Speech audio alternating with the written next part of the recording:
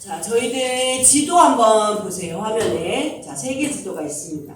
빨간 표시 되어 있는 데가 어디예요?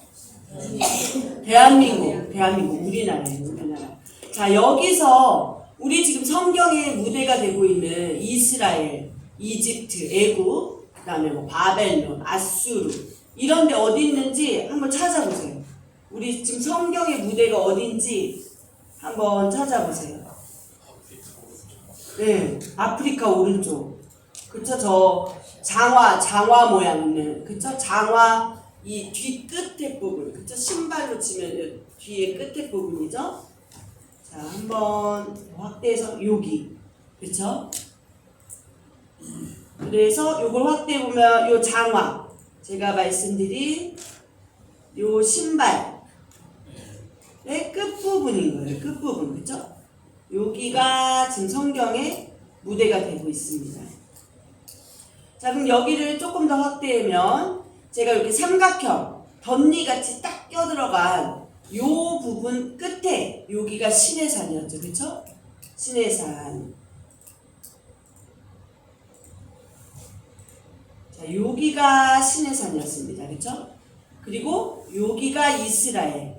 자, 이스라엘의 요 산산 뿌리 같은 세 개 파란색 이제 보실 수 있어야 돼요. 그쵸? 맨 위에 있는 조그마한 하늘색 동그라미가 뭐였죠? 자, 맨 위에 있는 하늘색 동그라미 요거 아이고 두 개가 동시에 안 되는구나. 맨 위에 있는 하늘색 가짜 위에 있는 거 그거는 갈릴리 호수였습니다. 그쵸? 그 다음에 갈릴리 호수 밑에 파란색 하늘색 줄기 하나 물줄기 내려오는 게 뭐라 그랬죠?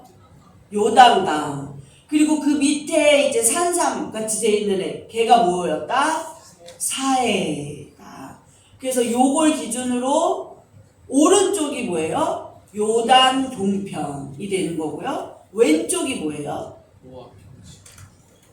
오른쪽이 요단 동편 모압 평지, 왼쪽이 가나안, 이스라엘이 됩니다. 가나안이라고 이렇게 적혀있죠. 네. 그래서 자, 우리가 지금 창세기부터 보시면 우리 요 파란 물줄기 두 개가 있었어요. 그렇죠? 그러니까 우리가 항상 요 확대한 지도만 보니까 전체 지도 가운데 지금 우리가 어디야? 이거 이제 헷갈리시면 안 돼요. 전체 지도 안에서도 아까 그 장화 끝에 찾으셔서 여기가 이스라엘 우리 무대구나, 성경의 무대구나. 자, 그래서 여기 큰 물줄기 두 개, 유프라테스강, 티그리스강을 중심으로 해서 뭐가 발달했다? 메소포타미아 문명이 발달했다라고 했어요. 그렇죠? 이 메소포타미아 문명 지역에서 나오는 나라가 뭐예요? 아수르, 바벨론이 됩니다. 자, 그래서 바벨론 제국의 모체. 그래서 바벨탑 사건이 일어난데도 요 메소포타미아 문명 요 지역이죠. 그래서 11장까지 사람들이 하나님이 셋계열은 가인계열과 섞이지 말아라고 했는데 결국 섞이고야 말았어요.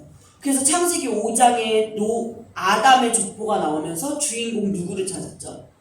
노아. 그래서 하나님이 6장부터 노아 홍수를 일으키셨어요. 왜? 셋계열이 가인계열과 섞였기 때문에. 하나님이 그토록 섞이지 말라고 했는데. 그래서 이제 6장부터 노아 홍수가 나서 전 인류를 다시 리셋하셨어요. 그랬는데도 이제 또 나오는 사람이 누구였어요? 아담 족보를, 노아 족보를 통해서 아브라함과 누구를 찾아냈죠? 조연 같은 주인공, 니므로. 그쵸? 아브라함은 누구예요? 셋계열을 유지하는 사람, 하나님 예배 공동체. 그 다음에 니므롯은 세상 나라 권력자, 세상 나라 대표자. 이 두 사람을 찾아냈다고 했어요. 11장까지 이 두 사람을 찾아낸 이유. 왜? 12장부터 하나님이 이제 더 이상 안 되겠다. 너네 이렇게 말로 해서는 안 되겠구나. 하나님을 잘 믿는 나라. 하나님의 나라를 만들겠다 해서 12장부터 하나님의 나라가 시작이 된다고 했잖아요. 그렇죠? 그래서 12장부터 50장까지는 무슨 이야기였다? 국민 영토 주권 만들기 중에서 무슨 이야기? 국민 만들기 이야기. 그래서 아브라함을 택하시고 그 다음에 아브라함의 자녀 이삭, 야곱에 이르기까지 이 이스라엘 백성, 하나님 나라 백성 만들기 이야기였다. 그래서 이 우르 지역이 뭐예요? 갈대아 우르 지역이에요. 그래서 우리 지금 이 열왕기 상하 역대상하 읽다 보면 갈대아인, 갈대아 군대 이런 말이 많이 나오거든요. 이 갈대아인이다, 갈대아 군대다 어디를 말하는 거예요? 요 지역이 아까 어디에 모체였다 해서 바벨론 제국의 모체라고 했잖아요. 그러니까 갈대아인이다, 갈대아 군대다 이거는 다 바벨론을 말하는 거예요. 갈대아. 그래서 12장 갈대아 우르에 살고 있는 아브라함을 하나님이 부르셔서 지시할 땅 가나안으로 가게끔 하시죠. 하란을 거쳐서 가나안 땅에 들어갑니다. 가나안 땅에서 아브라함, 이삭, 야곱에 의해서 국민 만들기가 끝나고 그때 마침 기근이 일어나서 이집트, 옆나라 애굽으로 이민을 가게 되죠. 그렇죠? 여기까지 이야기가 뭐였다? 창세기 50장. 창세기가 끝나는 거예요. 그렇죠? 그리고 이 출애굽기가 이제 시작이 됩니다. 어디에서 시작이 돼요? 출애굽기는 시내산에서 시작되는 게 아니에요. 이집트, 애굽에서 시작됩니다. 모세가 탈출하는 이야기부터 시내산으로. 그렇죠? 그래서 이 시내산에서 무슨 일이 있었는지 좀 더 포커싱해서 보면 자, 입애굽, 애굽을 들어가는 걸로 창세기가 끝이 났고 출애굽기 시작. 모세가 도망을 나왔죠. 우리 이거 짠짠짠 이제 하는 거예요. 모세가 도망을 나왔어요. 시내산에서 떨기나무 가운데 샤켄하시는 하나님을 만났습니다. 내가 이제는 너네와 함께 할 거야. 임재하신 하나님. 백성을 데리러 오라는 명령에 모세가 백성을 데리러 가죠. 그래서 애굽에서 10가지 재앙 다 아시죠? 막 재미난 재앙들 10가지 재앙 끝에 모세가 백성을 데리고 출애굽을 합니다. 그래서 시내산에서 머물면서 무슨 일이 있었어요? 약 11개월간을 머무는데 여기서 하나님이 이 이스라엘 백성들과 언약을 맺으십니다. 뭐예요? 나는 너희의 하나님이 되고 너희는 내 백성이 될 거야. 언약을 맺으셨어요. 두 번째, 10계명을 비롯한 율법들을 주시죠. 너네 앞으로 가나안 땅이라는 내가 약속한 땅에 들어갈 건데 거기 들어가면 이렇게 살아라 하면서 뭐 먹어야 될 거, 아기 낳았을 때 어떻게 해야 될지, 집에 곰팡이 나면 어떻게 할지, 토지는 어떻게 분배할 것인지 아주 세밀한 법들이 다 나와요. 그리고 세 번째, 성막을 지으라고 하셨어요. 그래서 봉헌하여라. 왜? 이제는 내가 우주 만물을 떠돌아다니는 그런 아주 거시적인 하나님이 아닌 너네의 인생, 너 한 사람의 인생 가운데 샤케라는 하나님으로 함께 할 거야. 그 증표로 이제 나는 성막 안에 거하는 하나님, 그 성막을 만들어 봉헌하여라. 이 세 가지 말씀을 시내산에서 하셨죠. 이 내용들이 다 어디 담겨 있어요? 레위기에 담겨 있는 거예요. 그래서 창출 레까지 흘러왔습니다. 그렇지만 우리는 이 레위기를 이 출애굽기 끝나고 읽지 않습니다. 요단 동편, 가나안 땅에 들어가기 직전에 읽어야 이 레위기를 가슴으로 읽을 수 있다. 왜? 가나안 땅에 들어가서 살아야 될 모든 법적인 정보들이 있기 때문에. 그렇죠? 그래서 우리 요단 동편에서 이 레위기를 읽었다. 자, 이제 시내산에서 11개월 머물고 하나님이 출발! 가나안 땅을 가라고 하십니다. 먼저 제일 첫 번째 목표 지점은 어디예요? 가데스 바네아. 이 시내 광야에서 가데스 바네아까지 갑니다. 바란 광야 안에 있는 한 지점이 가데스 바네아예요. 그러니까 어디에서는 바란 광야로 가라 그랬다. 맞는 말인 거예요. 바란 광야는 넓은 영역. 그 중에 한 지점이 가데스 바네아.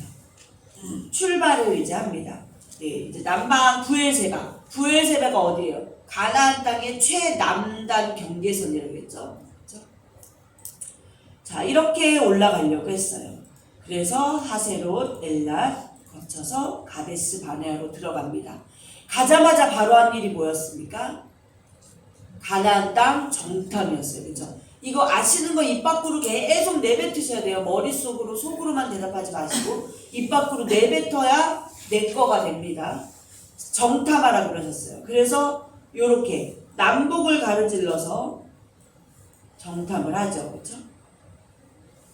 아이고 죄송합니다.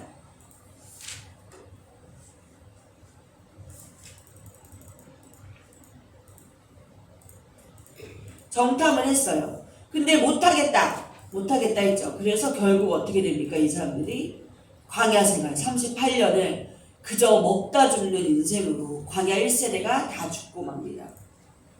그리고 나서 1세대가 다 죽고 나서 2세대부터 어떻게 돼요? 다시 정탐해라. 이제 가나안 땅을 정복해라. 말씀에 순종해서 모압 평지로까지 올라갈 계획을 세웁니다. 왜 남북을 뚫고 부에세바를 뚫고 안 갔죠? 한 번 실패했잖아요. 거기로 가니까 이 거대 네피림족들이 너무 많은 거예요. 거긴 안 되겠다. 여기에서 그때 실패했으니까 우회해서 돌아가자. 그래서 에시온 게벨 내려옵니다. 여기서 무슨 사건이 있었어요? 모세가 이제 영영 가나안 땅에 못 들어갈 그 사건이 있었죠. 성경 읽어보세요. 자, 그래서 원래는 요 에돔 4가지 국가가 있다고 했어요. 에돔, 그 다음에 그 위에가 어디였죠? 모압, 그 다음에 암몬, 그 다음에 길게 있는 아모리. 이 4군데 국가에 이 왕의 길을, 킹스웨이를 가로질러서 가면 빨리 가나안에 도착할 수 있겠구나 계획을 세웠어요. 그런데 이 에돔 왕이 벌써 안 돼, 우리 땅 못 밟아 하니까 우회할 수밖에 없었어요. 그래서 이 에돔 땅을 못 밟는 거절로 인해서 생긴 사건이 뭐였죠? 노뱀 사건, 그쵸? 땅으로 말미암아 이 백성들의 마음이 시험이 들었다. 성경에 나옵니다. 그래서 이렇게 우회를 했어요. 삥 둘러서. 근데 아모리는 세로로 길다 보니까 전쟁을 치를 수밖에 없어요. 전쟁을 해서 아모리를 이깁니다. 별거 아닌 것 같은 이 당시 에돔, 모압, 암몬, 아모리 입장에서는 이스라엘 백성 아주 우스운 그냥 떠돌이 민족이거든요. 이길 거라고 상상을 못했는데 이겼어요, 아모리를.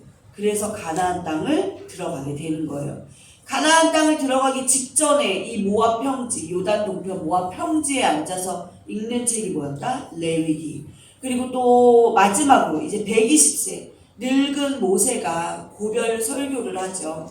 너네 앞으로 이렇게 살아라. 그러면서 이스라엘이여 너는 행복자로다. 너와 같은 구원 얻은 백성이 누구냐. 신명기 29장 33장 29절인가 나옵니다. 그렇죠? 그래서 모세의 마지막 고별 설교. 그리고 여기서 또 신명기를 읽습니다. 우리가. 그렇죠? 신명기 모세의 마지막 고별 설교. 그리고 모세가 이 광야 2세대들이잖아요. 지금 함께 있는 사람들이. 광야 2세대들은 이스라엘 앞전 역사를 잘 몰라요. 왜 광야 생활에서 죽었는지. 그 모든 걸 리마인드 해줄 수 있는 이 정보책을 만듭니다. 그래서 민수기가 이렇게 흘러왔다가 민수기 붙여서 종속으로 신명기를 있습니다. 그리고 이제 여기를 모압 평지를 포커스를 해보면 이제 여기서 뭐 많은 우상들이 있었더라. 가나안에 들어가면 그러니까 너네들이 가나안 땅에 들어가기 전에 레위기와 신명기를 읽으면서 영적 무장을 하라는 거였어요. 자, 그래서 이제 모압 평지, 요 아까 갈릴리 호수 요단강 사해 오른쪽은 모압 평지, 요단 동편, 요단강 동편이란 말이에요. 요단 동편, 모압 평지. 그 다음에 그래서 여기는 이제 땅 분배를 르우벤, 갓, 므낫세 반지파에게 분배를 하고요.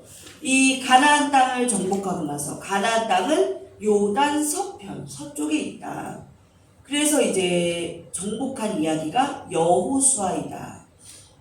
그래서 나머지 지파들에게 분배를 합니다. 그거 이제 외워야 된다고 했죠. 아셀, 납달리, 기억, 니은, 초성 순서대로 외우면 편하다고 그랬어요. 그렇죠? 납달리, 스불론, 이사갈. 그 다음에 므낫세 반지파, 에브라임이 가장 먼저 선점이 됐었죠. 단지파, 베냐민, 유다, 시몬. 이렇게 땅 분배가 맞춰집니다.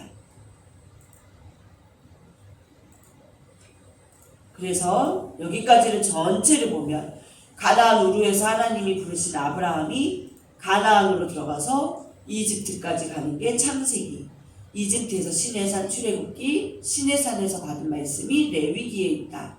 시내산에서 가데스 바네아를 거쳐서 모압 평지까지 가는 이 이야기가 민수기, 땅 찾아가는 이야기죠.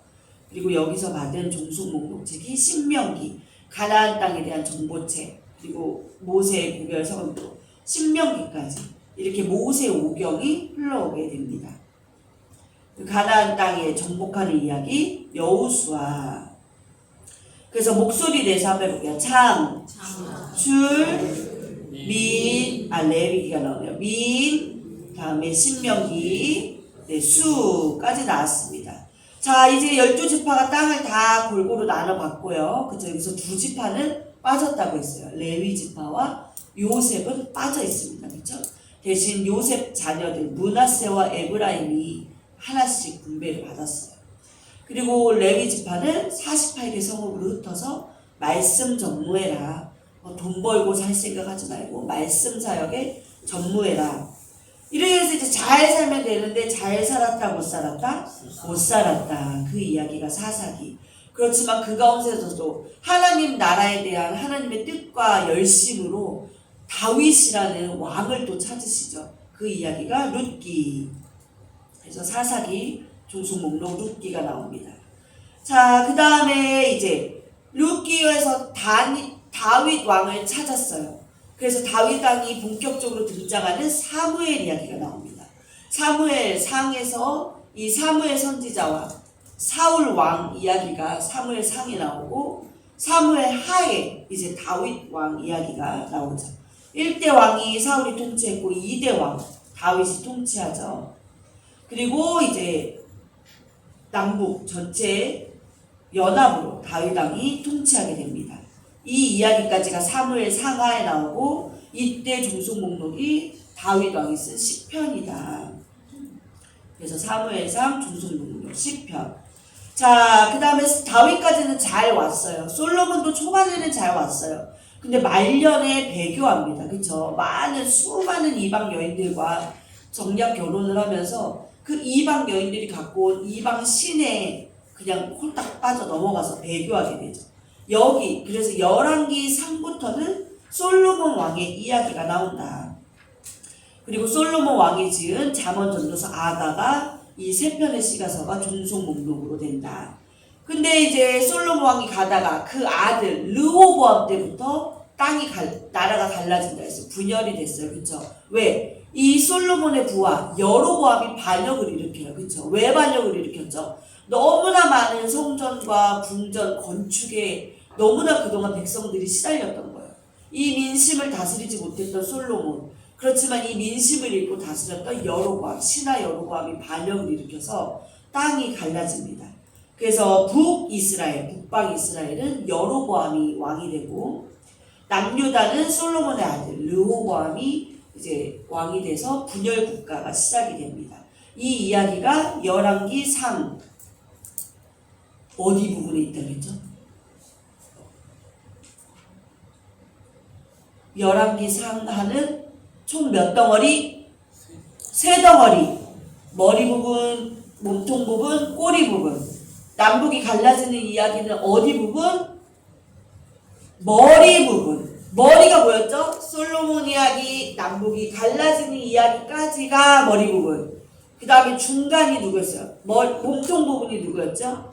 아하방 이야기. 그 다음에 꼬리 부분은 망하는 이야기였습니다. 자, 그래서 이 열왕기상 요 부분에서는 12권의 예언서가 있다. 예언서는 총 몇 권이었어요? 토탈 17권. 근데 그 중에서 12권이 열왕기 상하에 있어요. 그래서 12권의 이 예언서가 붙어 있다. 그런 게 열왕기 상하는 시가서 3권과 예언서 12권, 총 15권의 종속 목록이 있기 때문에 중요하다. 그렇지만 어렵지 않다, 쉽다. 왜? 사가의 관점만 알면 된다. 우리 해바라기 그림 기억나시죠? 자, 그래서 이제 꼬리 부분으로 왔어요. 망하는 이야기입니다. 우리 이제 저번 시간에 했던 망하는 이야기. 아수르가 북이스라엘을 멸망시키고 130년 정도 더 가서 바벨론이 남유다도 멸망시킵니다. 보세요. 역사 가운데 이제 이스라엘은 없어집니다. 이 가운데에, 이 망하는 역사 가운데에 이 본국 예루살렘에서는 예레미야 선지자가 활동을 하고요.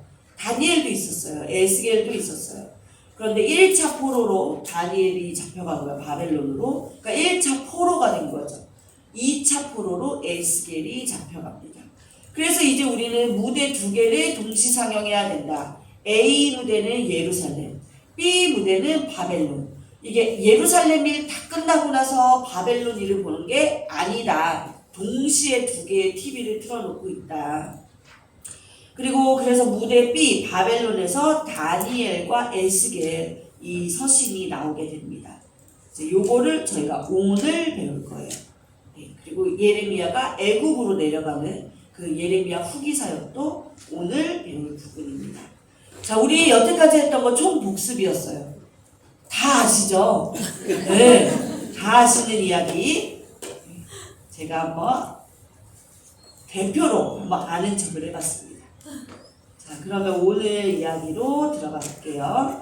저희 제목 한번 크게 외치고 시작하겠습니다. 시작! 그렇다고 너 바벨론 의지되지 마라. 너도 결국은 나간다. 네, 오늘의 성경 범위는 예레미야 후기예요. 정확히 말하면. 그 다음에 다니엘, 에스겔입니다. 그래서 예레미야 밑에는 A 무대라고 한번 적어보세요. A 무대. 그 다음에 다니엘, 에스겔 줄 치시고 B 무대 한번 적어보세요. 그리고 뭐라고 적혀 있어요? 포로 시대라고 되어 있어요. 오늘 이제 본격적으로 포로 시대 이야기가 우리가 공부를 같이 하도록 합니다. 그 다음에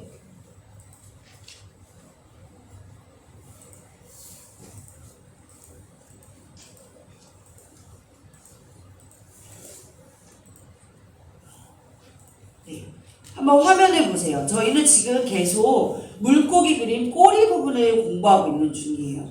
우리 저번 주에까지 이제 이 호세, 아모스, 요나, 오바댜, 요엘, 이사야, 미가, 나움, 스바냐, 예레미야, 에가, 하박국까지 저희 다 지난 시간에 공부를 했습니다. 이 중간중간 끼워 읽기 하면서 계속 했죠. 그래서 여기는 지금 다 회색으로 처리됐어요. 그렇죠? 이미 지나간 사람들이다 이거예요. 오늘은 이 포로 시대가 본격적으로 시작되는 여호야긴 왕 때부터 여기 보시면 여호야긴부터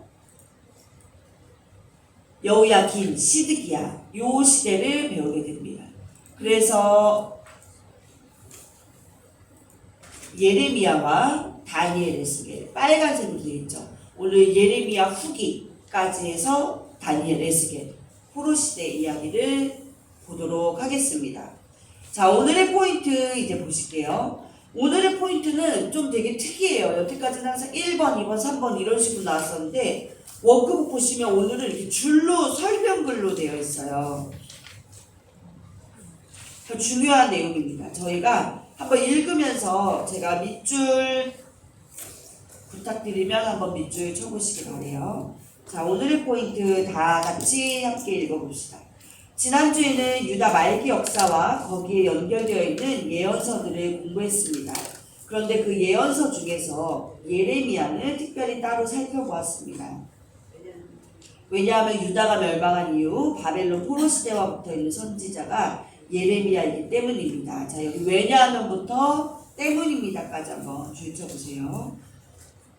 또한 이 예레미야 스토리에 곧이어 다니엘과 에스겔도 연결시킬 줄 아는 안목도 있어야 합니다. 여기까지 줄여보세요. 그러니까 예레미야 후기와 다니엘, 에스겔을 같이 봐야 된다 이 말입니다. 자, 다시 워크북으로 바벨론뿐만 아니라 바벨론을 무너뜨린 페르시아 시대까지 커버하는 연속성도 이해해야 합니다. 그래서 오늘 10과에서는 예레미야의 후기 활동과 다니엘, 에스겔을 공부하려고 합니다. 이 공부를 하고 나면 세계 역사가 흘러가는 중심에는 하나님의 주권적 통치가 있다는 사실을 알게 됩니다. 유다를 무너뜨린 바벨론, 너도 결국 내 손 안에 있을 뿐이다. 바벨론 대제국과 유다 사이에 실제 역사가 있고 그 실제 역사를 미리 내다보고 예언해내는 예언이 있더라 이 말입니다. 그런데 그 실제 역사는 예언대로 되는 역사더라 이 말입니다. 1번 바벨론 포로 시대가 열리는 예레미야 후기 사역 이해하기. 자, 예레미야 후기 사역은 아까 포로 시대 시작은 누구 왕 때부터예요? 여호야김 왕 때부터입니다. 그래서 예레미야 후기 거기 밑줄 치시고 여호야김부터 물결 표시시고 시드기야 왕 이렇게 한번 적어보세요. 그 1번 예레미야 후기 줄 치시고 여호야김 물결 시드기야 왕 컴마 그 이후 이렇게 적어보세요.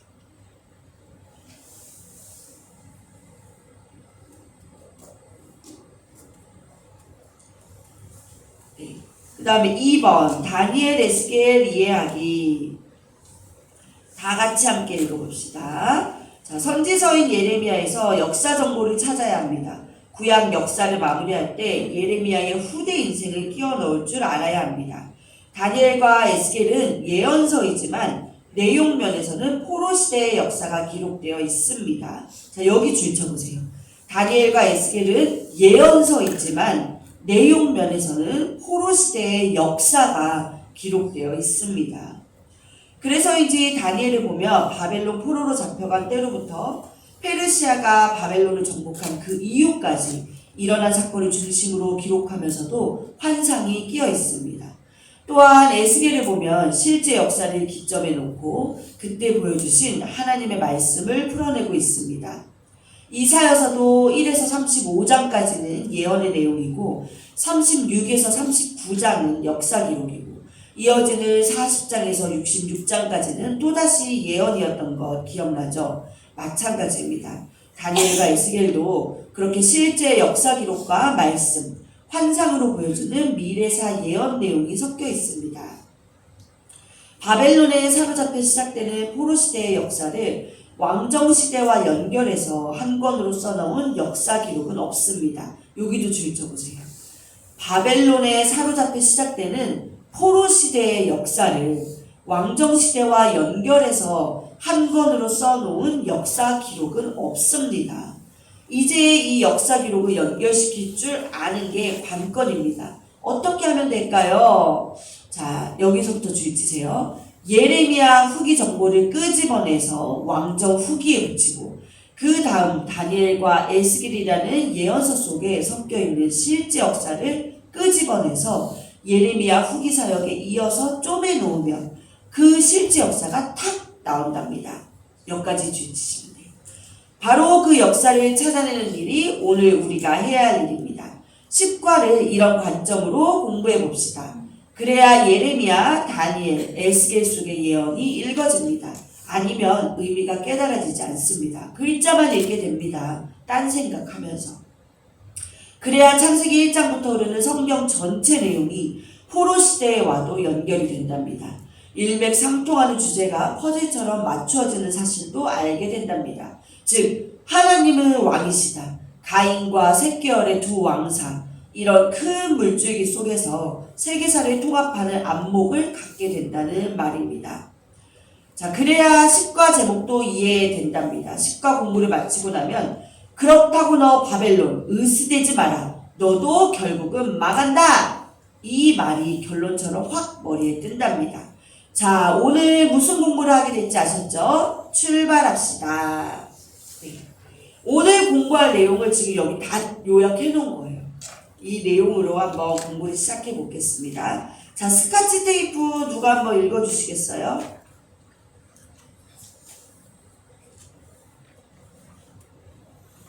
우리 예서 어머니 한번 읽어 주실까요? 이는 예레미야 선지자가 요시야 때부터 유다 마지막 왕 시드기야 왕 그 이후까지 활동했기 때문에 그 예레미야를 읽고 있는 것입니다. 특히 여호야김, 시드기야 두 왕세를 배경으로 예레미야가 어떤 사역을 했는지 자세히 공부하려고 합니다. 유다는 결국 시드기야 왕 때 망했습니다. 나라가 사라지고 왕도 이제는 없습니다. 이 순간 조명 두 개가 비추고 있는 무대가 보여야 무대가 두 개입니다. 하나는 그동안 우리가 서 있었던 무대 A 예루살렘이고 또 하나는 무대 B 바벨론입니다. 무대 A 여기는 예루살렘. 국민은 남아 있습니다. 힘없고 공중국 늙은 국민은 본토에 남아 있습니다. 바벨론 종주국은 이들을 대상으로 정치를 해야 합니다. 전쟁으로 깨져버린 예루살렘 폐허를 새 시스템으로 변화시키려고 합니다. 그래서 눈부사라당 바벨론 사령관은 총국을 제거 시민지를 안정시키려고 합니다. 그는 소위 친 바벨론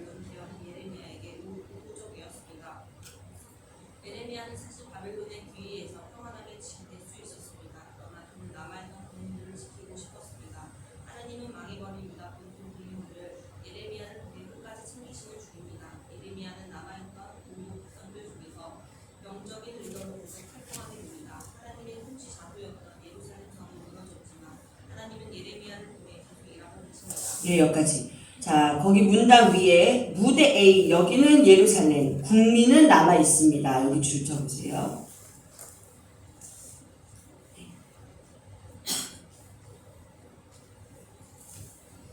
네, 그리고 무대 B, 여기는 바벨론, 국민들이 이동했습니다. 바벨론으로 여기 줄 쳐보시고, 하나님은 잡혀가 있는 국민들도 걱정이셨습니다.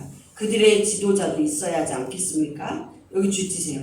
젊고 유능하고 똑똑한 알맹이 백성들이 잡혀갔으니 말입니다. 그러니까 지금 예루살렘 본국에는 아까 글에서 나온 것처럼 힘없고 병들고 늙은 국민들만 남아있는 거예요. 아주 똘똘하고 젊고 쌩쌩한 인재들은 다 바벨론으로 포로로 잡혀갔어요.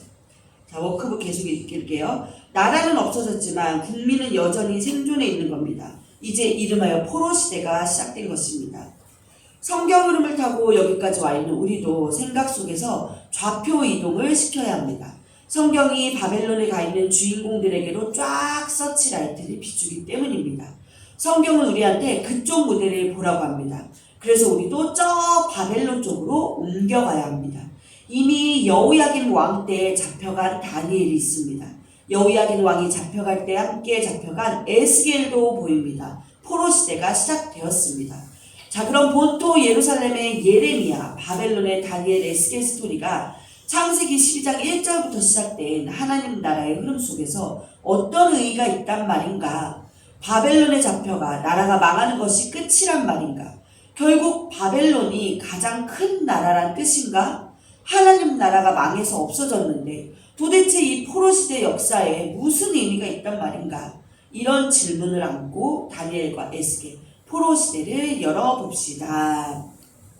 자, 우리는 계속해서 두 개의 무대를 동시 상영해야 된다. 그래야 성경 스토리가 끊김없이 진행된다라고 했습니다. 그리고 예루살렘에서 일어나는 역사를 제대로 알아야 이 바벨론 포로로 잡혀간 그곳에서의 상황도 우리가 이해할 수 있습니다. 그렇기 때문에 이 예레미야 후기사역과 다니엘, 에스겔은 한 몸덩어리다라고 생각하시고 이제 성경을 읽고 공부를 하시면 되겠습니다. 자, 내용 들어가기 1번. 여호야김 이제부터는 1번. 무대 A 예루살렘과 무대 B 바벨론 동시에 볼 줄 알기. 그래서 거기 제목 옆에 이렇게 써보세요. 예레미야, 다니엘, 에스겔 공부. 무대 A, 무대 B 나왔다 하면은 성경 목록 딱 3개가 뭐예요? 예레미야, 다니엘, 에스겔이라는 거예요. 그러니까 에스겔을 읽으면서 예루살렘 본토 생각을 안 하면은 이거는 반덩어리만 읽는 거예요. 다니엘을 읽으면서 예루살렘 본토 이야기를 생각을 안 한다? 반덩어리 다니엘을 읽는 겁니다. 예레미야서도 마찬가지. 그래서 요 3가지는 동시상영 꼭 해야 되는 성경 목록이다. 방가로 1번. 여호야김 왕 때 일어난 중요한 일들. 자, 그래서 그 밑에 보시면 이제 글들이 쭉 쓰여 있는데 어디는 밑줄이 쳐 있고 어디는 밑줄이 안 쳐져 있어요. 그쵸? 근데 밑줄 친 부분은 무대 B라고 워크북에 쓰여 있습니다. 그쵸? 그러니까 밑줄 쳐 있는 부분은 무대 B에서 일어나는 일이다라는 거예요. 예레미야서는 역사와 예언들이 뒤죽박죽 섞여 있어요. 예레미야서는. 그러니까 어쨌든 막 30몇 장 읽다가 다시 앞장 20몇 장으로 돌아가야 돼요. 이 얘기가 막 뒤죽박죽이에요. 그러니까 예레미야가 하나님이 이렇게 말씀하셨어. 그런데 이게 왜 이런 일이 있었냐면 하면서 다시 앞으로 가서 또 이야기를 하고 막 이런 식으로 뒤죽박죽이에요. 그래서 먼저 그것을 순서대로 역사 순서대로 우리가 재배열을 할 겁니다. 그래서 한번 화면 보시면 먼저 무대 A와 무대 B, 그러니까 왕정시대와 포로시대에 대한 이해를 우리가 똑바로 하고 먼저 짚어야 돼요.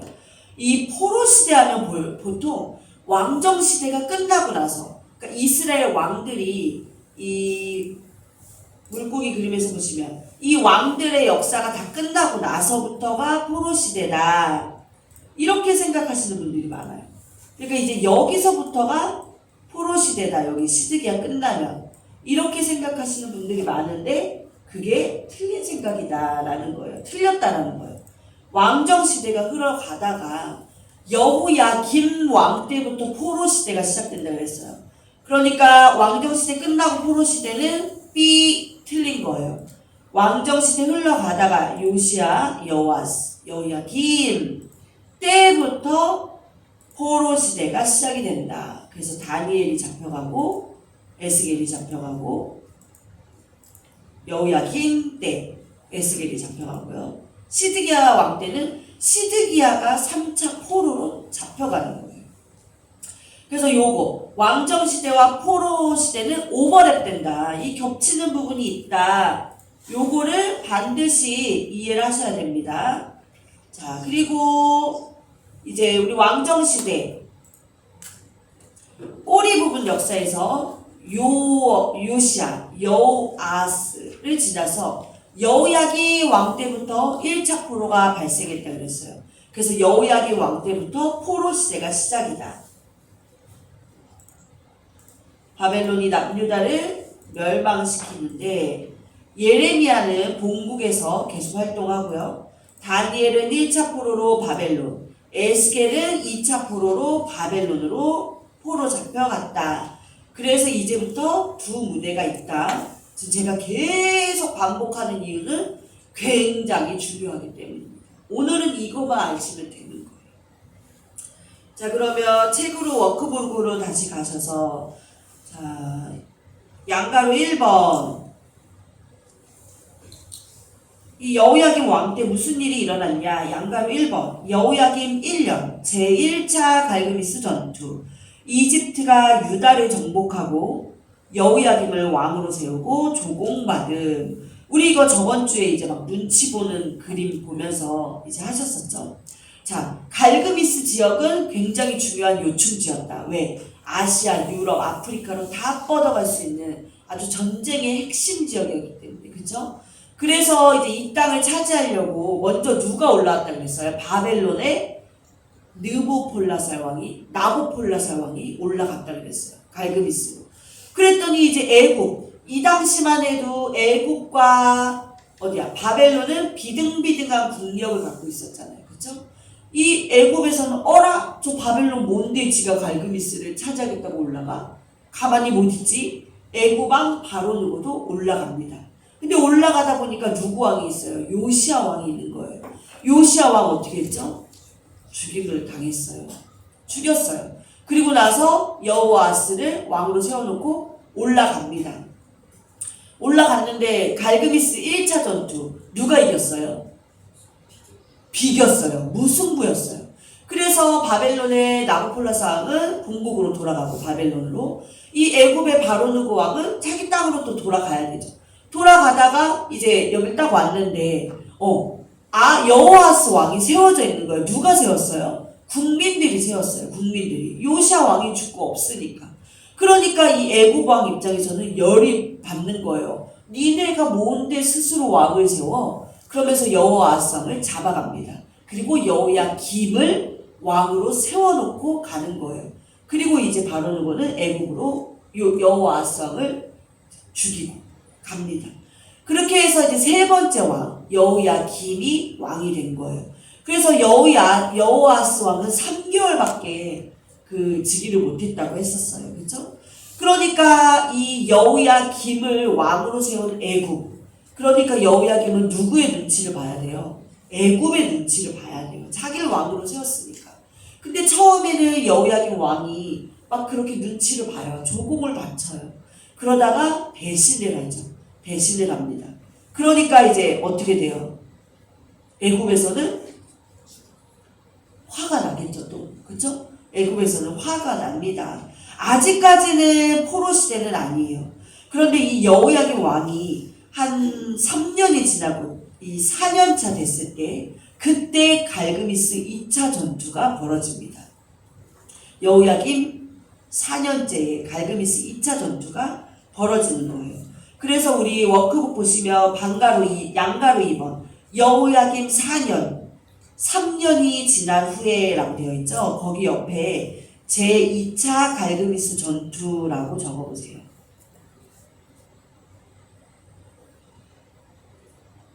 네.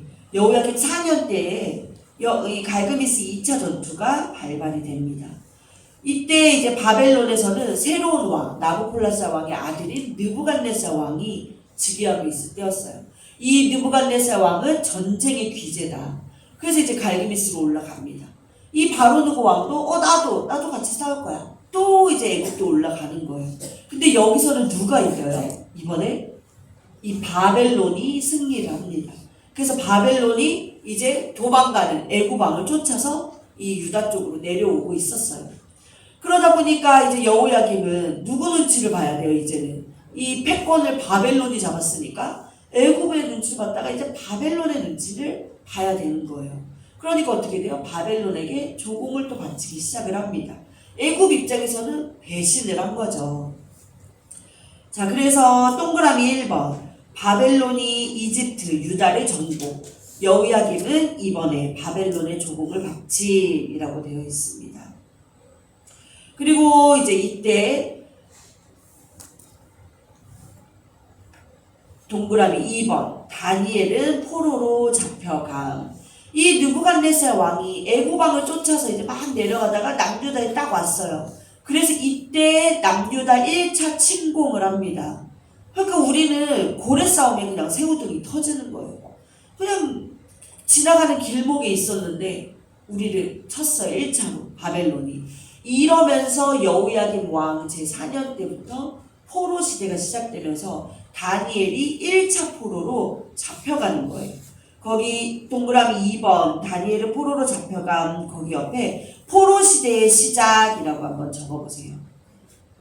그리고 여기는 밑줄이 그어져 있어요. 그쵸? 왜? 무대 B 바벨론의 이야기이기 때문입니다.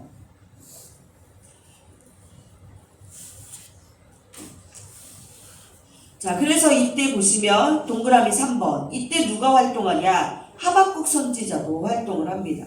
이 하박국 선지자는 바벨론 침공이 임박했다는 예언을 하는 거예요. 그래서 여호야김 왕을 배경으로 예레미야서를 읽을 때 하박국도 끼워 있는 거예요. 그래서 이 여호야김 왕 4년에 침공받기 전에 바벨론의 1차 침공이 있기 전에 이제 곧 바벨론이 남유다를 침공할 거야. 이 예언을 하는 호소하는 하박국 선지자 이야기를 이때 여호야김 왕을 배경으로 해서 끼워 있습니다.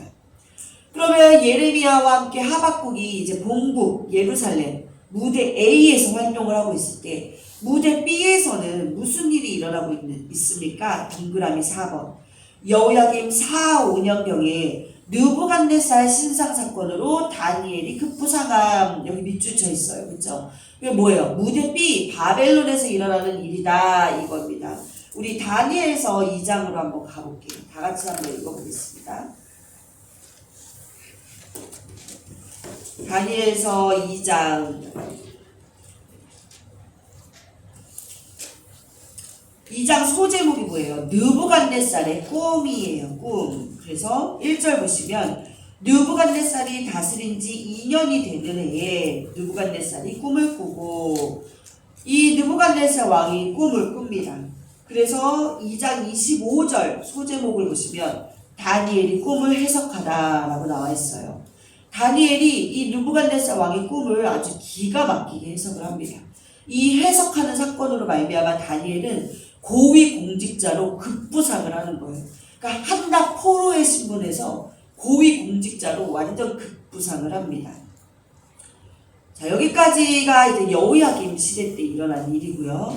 그 다음에 워크북으로 오셔서 방가로 2번 시드기야 왕 때 일어난 중요한 일들. 그러면 여호야김 왕과 시드기야 왕 사이에는 왕이 한 명 더 있어요. 누구죠? 여호야김. 근데 이 사람도 몇 개월 통치했다고 그랬어요? 3개월. 그러니까 뭐 별다른 할 말이 없어요. 그리고 여호야김 왕은 2차 포로로 에스겔과 같이 포로로 끌려가요. 그래서 별달리 크게 할 얘기가 없습니다. 그래서 이제 방가로 2번에서 시드기야 왕으로 바로 넘어갑니다. 자, 이때 중요한 일들이 있었다. 양가로 1번 여호야김 왕은 사망. 그 아들 여호야김은 포로로 잡혀감. 이때 에스겔도 잡혀감. 자, 여기 옆에 2차 포로라고 한번 써보세요. 그리고 에스겔도 잡혀감에 밑줄이 되어 있어요. 바벨론 무대 B 이야기다라는 거예요. 이 여호야긴 왕이 바벨론을 섬겼어야 됐어요. 눈치를 봐야 돼요. 근데 결국은 배신을 해요. 그래서 이 느부갓네살 왕이 화가 나가지고 자신이 직접 유다를 치지 않아요. 특공대를 파견을 합니다. 그렇죠? 특공대를 파견했어요. 그래서 여호야긴 왕을 죽이고 아들 여호야긴을 세웁니다. 그런데 여호야긴은 통치한 지 3달쯤 됐을 때 그때 느부갓네살 왕이 이 남유다 2차 침공을 하는 거예요. 그래서 즉위 기간이 3달밖에 안 돼요. 느부갓네살 왕이 직접 특공대 파견하고 3달 후쯤에 직접 남유다 2차 침공을 해요. 그래서 여호야긴 왕 그리고 왕과 사람들 그 다음에 남유다 당시 고급 인력들 기능공들 그 안에 에스겔 선지자도 포함되고요. 모조리 2차 포로로 바벨론에 다 끌고 갑니다. 그러니까 예루살렘 본국에는 아까 우리 스카스테이프에서 읽은 것처럼 힘없고 늙고 병든 국민만 남은 거예요. 젊고 쌩쌩한 사람들은 다 바벨론으로 잡혀가요. 그리고 나서 마지막 남유다 왕 시드기야를 왕으로 세웁니다. 네, 그래서 우리 에스겔서로 한번 가볼게요. 2차 포로니까 에스겔서 다니엘 앞에 있는 에스겔서 1장 보시면 1장 2절 보시면 여호야긴 왕이 사로잡힌 지 5년 그달 초닷새라라고 나와 있어요. 이 에스겔은 여호야긴 왕과 함께 포로로 잡혀갔어요. 그쵸? 그렇기 때문에 자기가 쓴 책에 나오는 왕이 누구예요? 여호야긴 왕인 거예요. 그리고 자기가 여호야긴 왕과 같이 사로잡혀 왔기 때문에 시간이 5년이나 흘렀다라고 하면서 에스겔서를 시작합니다. 이 책을 집필하는 걸 시작을 하는 거예요. 자, 그 다음에 이제 책으로 다시 오셔서 다음 페이지 양가로 2번 예레미야는 바벨론에 잡혀가 있는 왕족들과 포로 리더들에게 편지를 보내서 잘 정착하라고 함. 70년을 기다려야 한다는 편지를 공적으로 써보내요. 무대 A와 무대 B가 이 편지로 교류하는 중인 거죠. 바벨론 거류민단의 스마야는 예레미야를 잡아 죽이라고 압력을 넣고 있음. 자, 다시 우리 예레미야서로 한번 가보겠습니다. 예레미야 29장.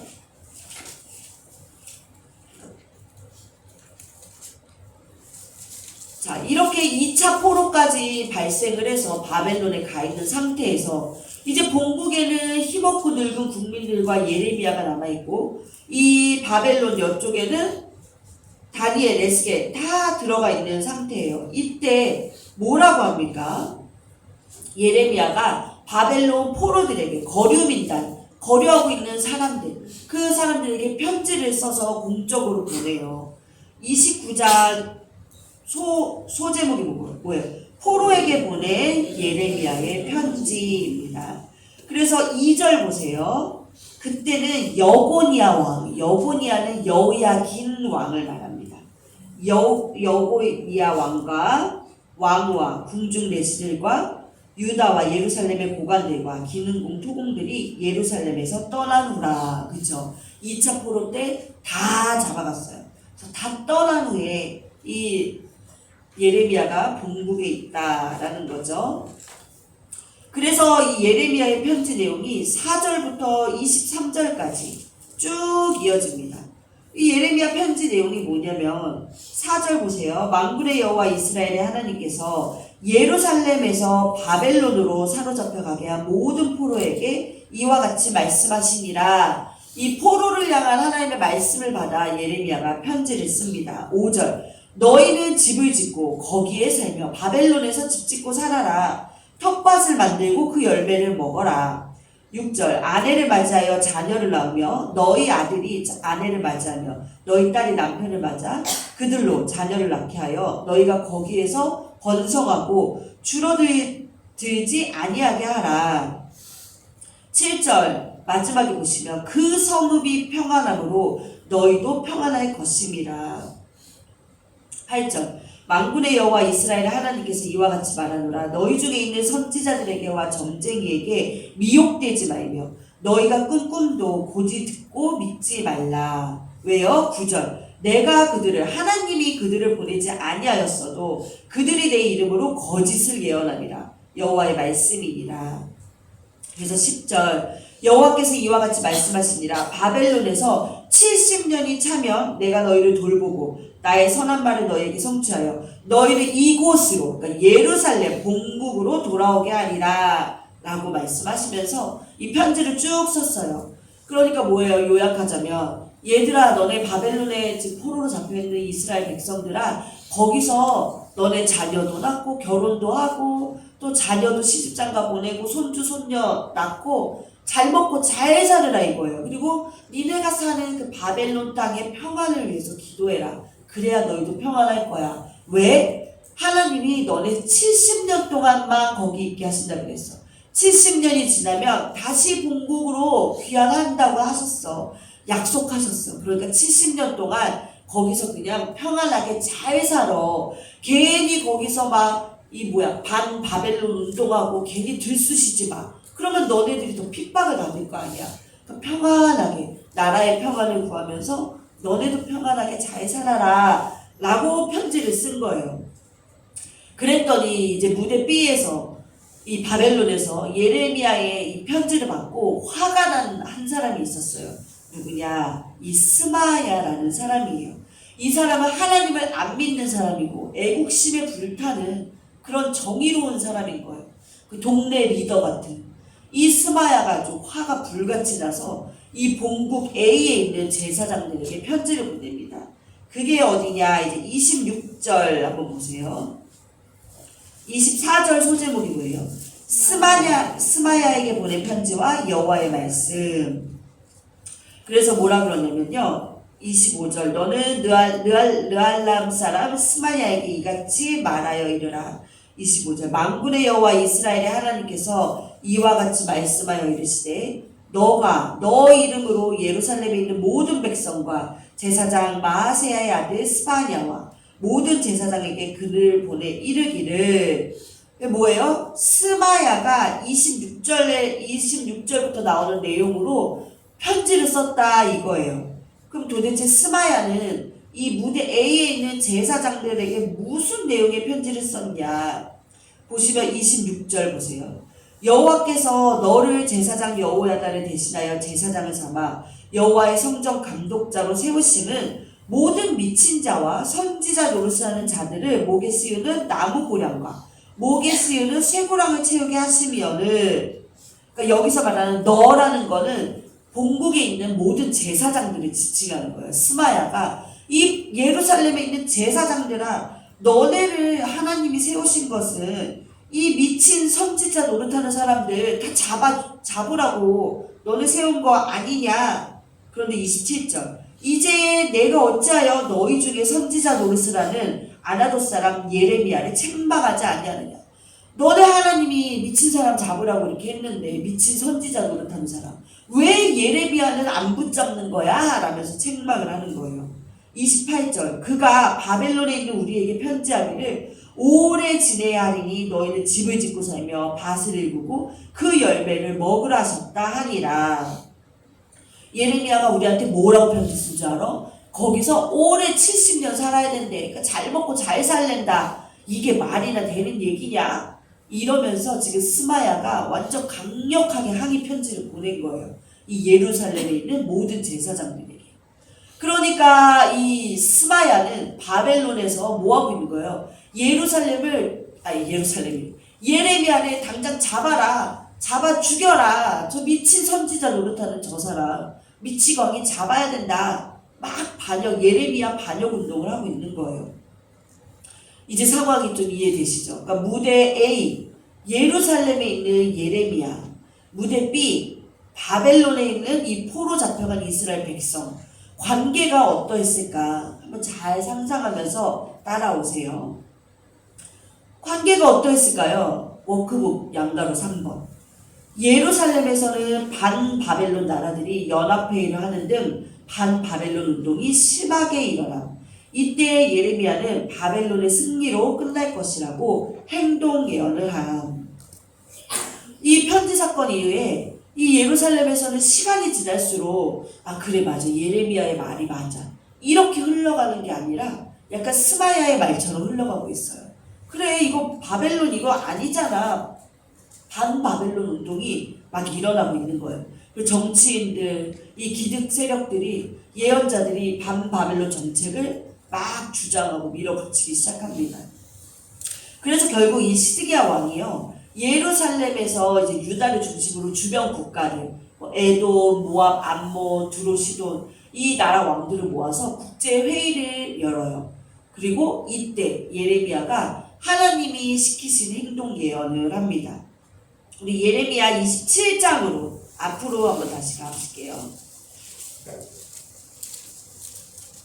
27장 소제목 거짓 선지자들과 싸우는 예레미야입니다.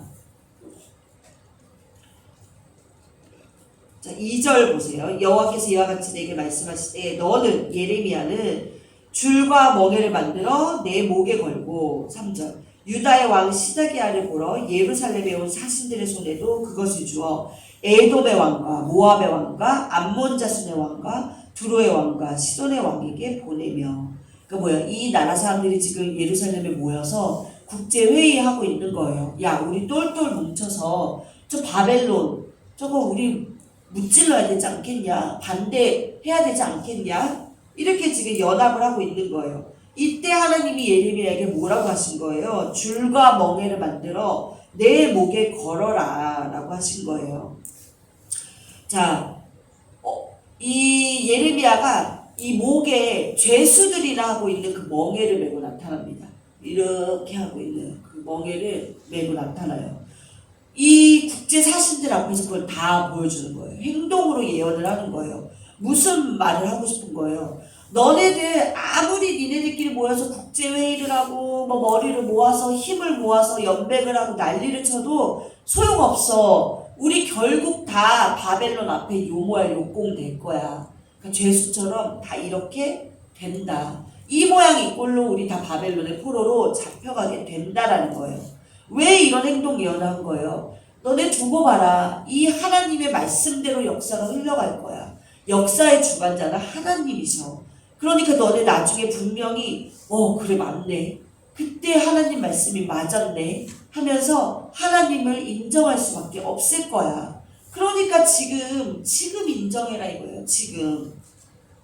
자 우리는 지금 뭐 하고 있어요? 역사를 뽑아내고 있어요. 왜? 포로 시대의 역사는 없다 그랬어요. 포로 시대의 역사를 딱 모아놓은 포로 시대 역사서는 없습니다. 그래서 예레미야와 다니엘과 에스겔에서 나와 있는 역사 이야기들을 추출해서 이어 붙여서 포로 시대 역사를 지금 만들고 있는 거예요. 자 이랬을 때 양가로 4번 워크북 이쯤에 에스겔은 바벨론에서 유다의 미래가 어떻게 될 것인지 환상을 통해 예언하는 중 포로로 잡혀가 있는 사람들 중 리더격인 장로들이 에스겔에게 찾아와 예언을 해달라고 함. 그래서 에스겔 4장 1절에서 3절에서는 예루살렘이 포위됨을 예언하고요. 그 다음에 8장과 20장에서는 예루살렘 성이 아직은 무너지지 않았지만 앞으로 무너지고 망할 수밖에 없는 이유에 대해서 보여주십니다. 예루살렘 성전 안에서 이루어지는 이방 종교의식을 환상으로 보여주시면서 이 심판하실 수밖에 없는 이유를 설명을 해주십니다. 자, 지금 예루살렘 본토 무대 A에서는 이러한 일이 일어나고 있는 거예요. 예레미야가 편지를 써서 이 반바벨론 운동이 막 일어나는 가운데 예레미야는 아니야. 우리는 지금 바벨론에게 평안을 구해야 돼. 그래야 저 포로들이 평안하게 잘 살 수 있어. 어차피 하나님이 70년 산다고 약속하셨어. 그러니까 그 기간 동안은 우리 백성들 하루라도 더 편안하게 살게 해주려면 반바벨론 운동 일으키면 안 돼라고 막 하고 있어요. 무대 예루살렘은. 이 바벨론에서는 지금 어떠한 일이 일어나고 있냐. 에스겔이 붙잡혀 왔잖아요. 2차으로. 이 장로들이 에스겔에게 찾아가는 거예요. 우리 유다가 어떻게 될 건지 얘기 좀 해달라고. 예언 좀 알려달라고 막 하고 있습니다. 그랬을 때 에스겔의 답변. 에스겔에서 4장 펴보세요.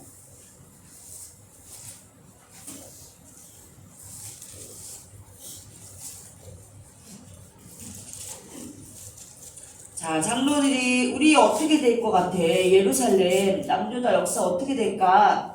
4장. 예.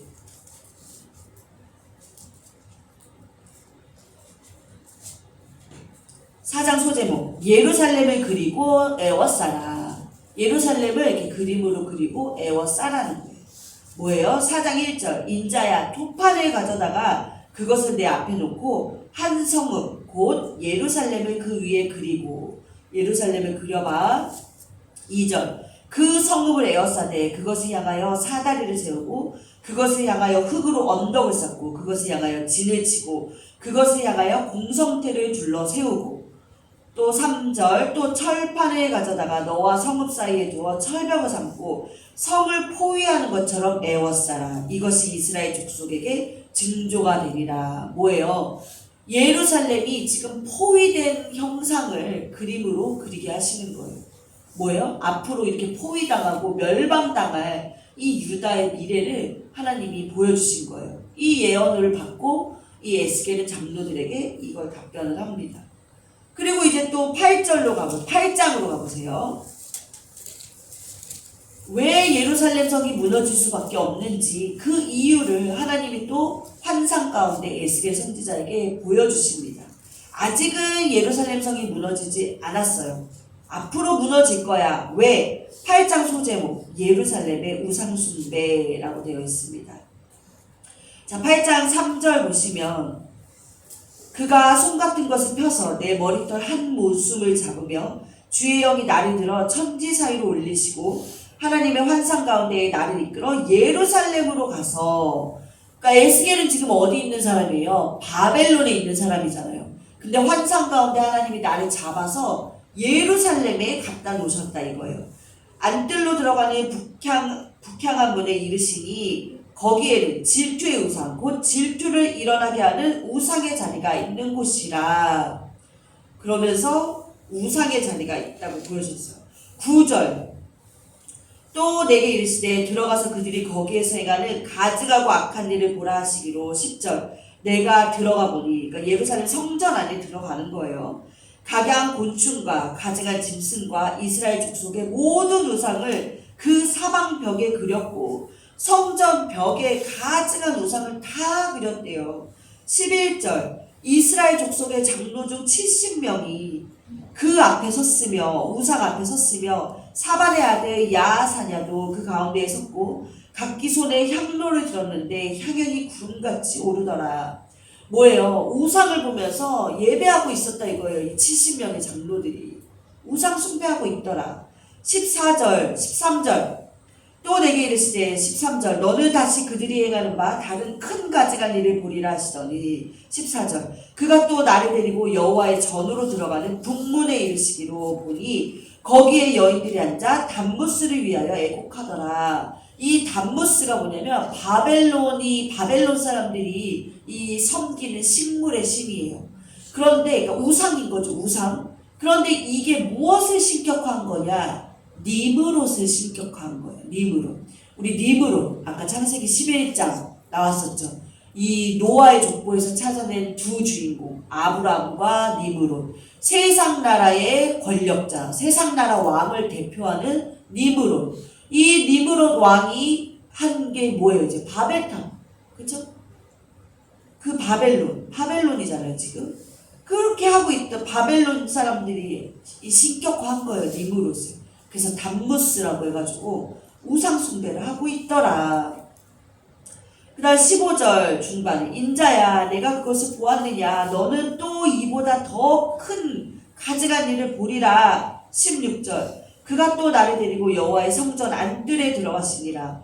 보라 여호와의 성전 문 곧 현관과 제단 사이에서 약 25명이 여호와의 성전을 등지고 낯을 동쪽으로 향하여 동쪽 태양에게 예배하더라. 그 성전 안뜰에 있는 사람들 누구예요? 25명. 제사장을 말합니다. 이 제사장들이 성전을 등지고 낯을 얼굴을 동쪽 태양에게 예배하고 있더래요. 성전 안에 있는 제사장들조차도 성전을 등지고 이 태양신을 숭배하고 있는 거죠. 우상 숭배. 그러니까 심판할 수밖에 없다. 왜? 우상 숭배한다. 그 이유를 에스겔 선지자에게 환상 가운데 보여주시는 거예요. 이 이야기를 에스겔 선지자는 장로들에게 다 이야기를 합니다. 이래서 앞으로 우리 본국 예루살렘은 멸망당할 거야 라고 합니다. 자, 워크북 돌아오셔서 양가로 5번. 예루살렘 멸망 직전 상황 즈음. 그래서 동그라미 1번. 계속해서 시드기야는 이집트와 결탁해서 바벨론에 반항함.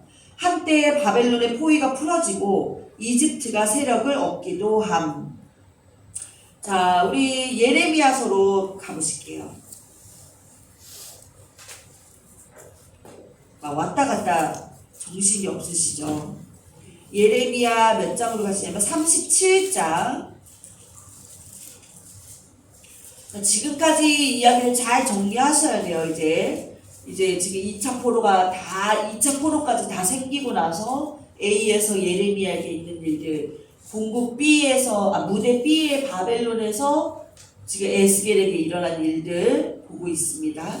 자, 예루살렘 멸망 직전에 뭐예요? 시드기야는 이집트, 애국과 결탁해서 지금 바벨론에게 계속 반항을 하고 있대요.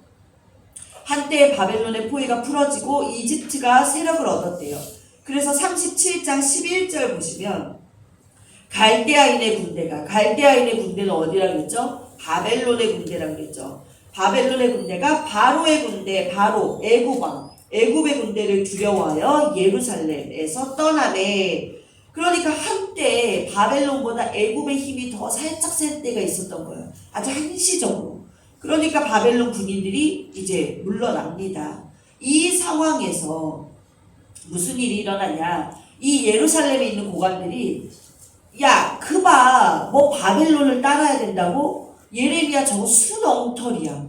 이거 봐, 지금 애굽이 힘이 더 센데 바벨론 군사도 물러가는 판에 무슨 바벨론을 따라야 된다고, 바벨론의 평안을 구해야 된다고 저러는 거야. 이러면서 이 예루살렘 고관들이요, 의기양양해져서 이제 예레미야, 이 거짓말쟁이 잡아들여야 된다 해서 잡아들입니다.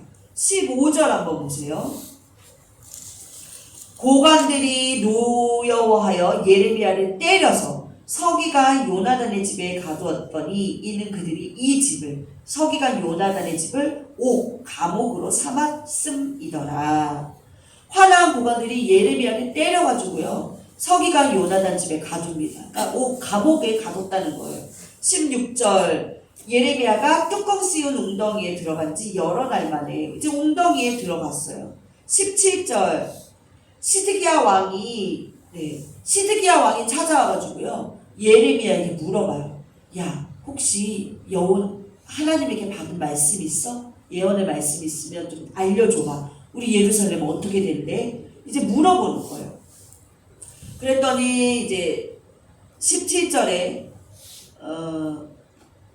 중후반에 예레미야가 대답하되 있나이다. 하나님의 말씀이 있다. 또 이르되 왕이 바벨론의 왕의 손에 넘겨지리이다. 뭐예요? 시드기야 왕 바벨론한테 잡혀갈 거야. 아주 직설합니다. 그러고 나서 이제 18절부터 이제 쭉 읽으시면 이제 나를 다시 그 요나단의 20절 중반에 보시면 나를 서기관 요나단의 집에 돌려보내지 마옵소서. 내가 거기에서 죽을까 두려워하나이다. 이제 왕에게 얘기하는 거예요. 당신 바벨론 왕에게 잡혀간대. 그리고 나 다시 그 서기관 그 감옥에 나 보내지 말아달라고 이제 부탁을 합니다. 그래서 21절 보면은 마지막에 예레미야가 감옥 뜰에 머무니라. 감옥 뜰에 머뭅니다. 자, 그래서 동그라미 2번 보시면 이 상황에 예레미야는 다시 웅덩이에 갇히게 돼요. 시드기야는 여전히 불안해서 예레미야를 찾아다니며 예언을 해내라고 합니다. 바벨론에서는 에스겔을 찾아다니며 장로들이 하나님은 뭐라고 말씀하시더냐 물어보는 똑같은 상황이 연출되는 중이에요. 그러니까 뭐예요? 나라 정세가 불안정하니까 이 지도자들이, 왕을 비롯한 장로, 리더자들이 이 선지자, 본국 A에서는 예레미야한테 가가지고 막 하나님이 뭐라 그러시냐 물어보고, 이 바벨론 무대 B에서는 에스겔 선지자한테 가서 하나님 말씀을 알려달라 막 이러고 있는 중이다라는 겁니다. 그래서 38장 소제목 보신 거예요. 예레미야가 구덩이에 갇히다라고 되어 있어요. 자, 여기는 물이 없고 진창뿐인 그런 구덩이에 갇힙니다. 시드기야가 또 찾아와요.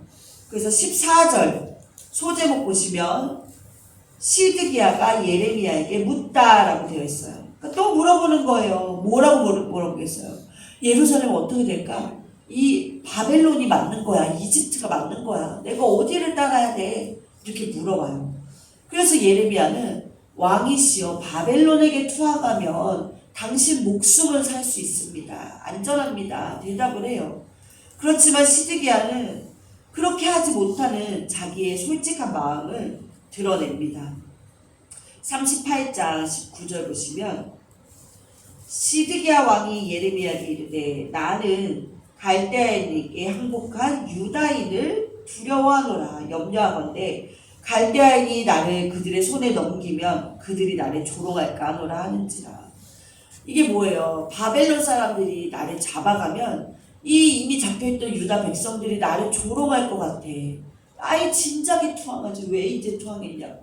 나를 조롱할 것 같아서 차마 이 백성들이 무서워서 자기는 이렇게 바벨론에 투항을 못하겠다 이렇게 합니다. 그러면서 또 아주 그 뒤에 성경 제 시간이 없어서 안 보겠지만 뭐라고요? 아주 구차한 비겁한 얘기도 합니다. 누가 와서 내가 이런 거 물어봤냐 그러면 안 했다고 해. 이런 얘기까지도 덧붙입니다. 그래서 38장 27절 보시면 진짜 고관들이 찾아와요. 27절 모든 고관이 예레미야에게 와서 물으되 그가 왕이 명령한 모든 말대로 대답하였으므로 일이 탄로되지 아니하였고 그들은 모든 고관들은 그와 더불어 말하기를 그쳤더라. 왕이 시드기야가 뭐라 그랬냐면 누가 와서 물어보거든 그냥 너가 그 감옥에 가기 싫다. 그거만 청탁했다. 그렇게만 얘기해줘. 이렇게 얘기해요. 성경 한번 오늘 집에 가서 읽어보세요.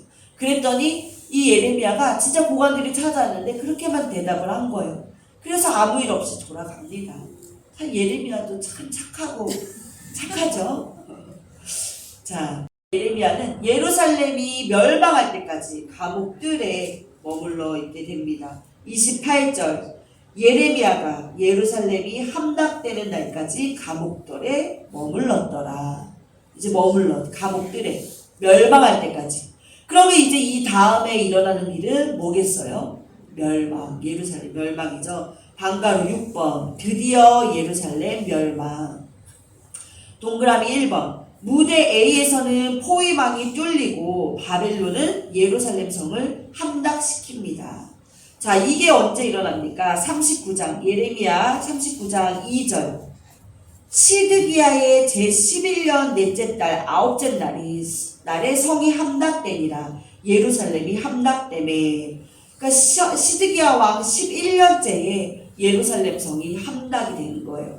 그래서 7절 보시면 왕이 누구 왕이에요? 바벨론 왕이 시드기야의 눈을 빼게 하고 바벨론으로 옮기려고 사슬로 결박하였더라. 이 아주 비참한 최후를 맞이하는 시드기야 왕입니다. 이 남유다 마지막 왕. 어떻게 보면 이스라엘 전체 하나님 나라 전체 마지막 왕. 이 시드기야 왕은 아주 비참한 최후를 맞이해요. 동그라미 2번 무대 B에서도 에스겔이 예루살렘 멸망의 날을 다루고 있습니다. 그래서 에스겔서 24장으로 한번 가보세요. 에스겔 24장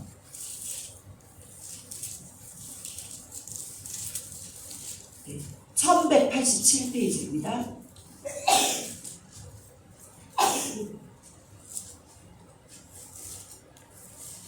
소제목이 뭐예요? 녹슨가마 예루살렘.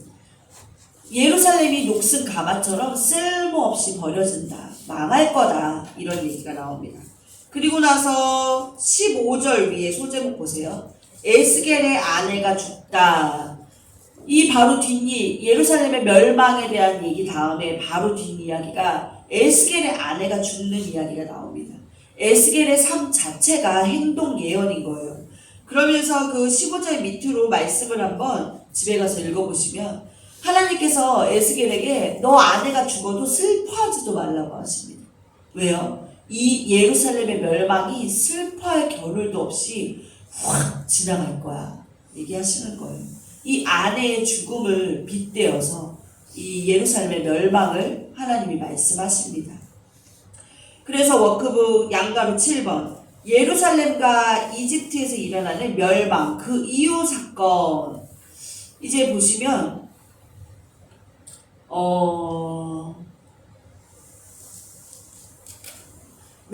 멸망한 그 이후에 유다가 이제 나라가 다 멸망했으니까 예레미야는 더 이상 감옥에 있을 이유가 없어요. 그냥 석방이 되는 거예요. 그렇죠? 그리고 나서 결국 예레미야는 애굽으로 가게 됩니다. 애굽.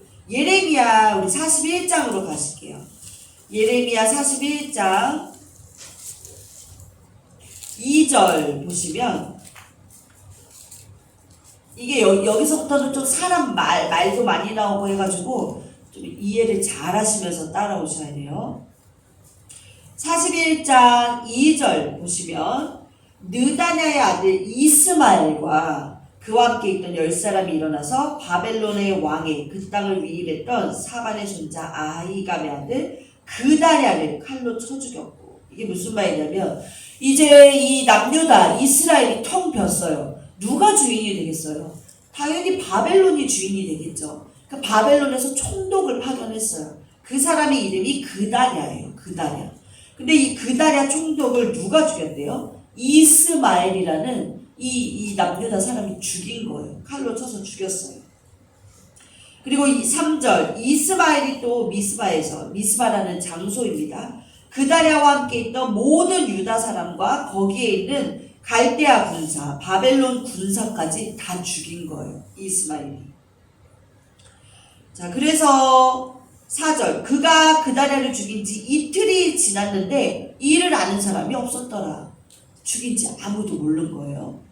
자, 11절 그 이후에 9절 먼저 보시면 이스마엘이 그다랴에게 속한 사람들을 죽이고 그 시체를 던진 구덩이, 그러니까 그 시체들을 다 어떤 구덩이에 던졌대요.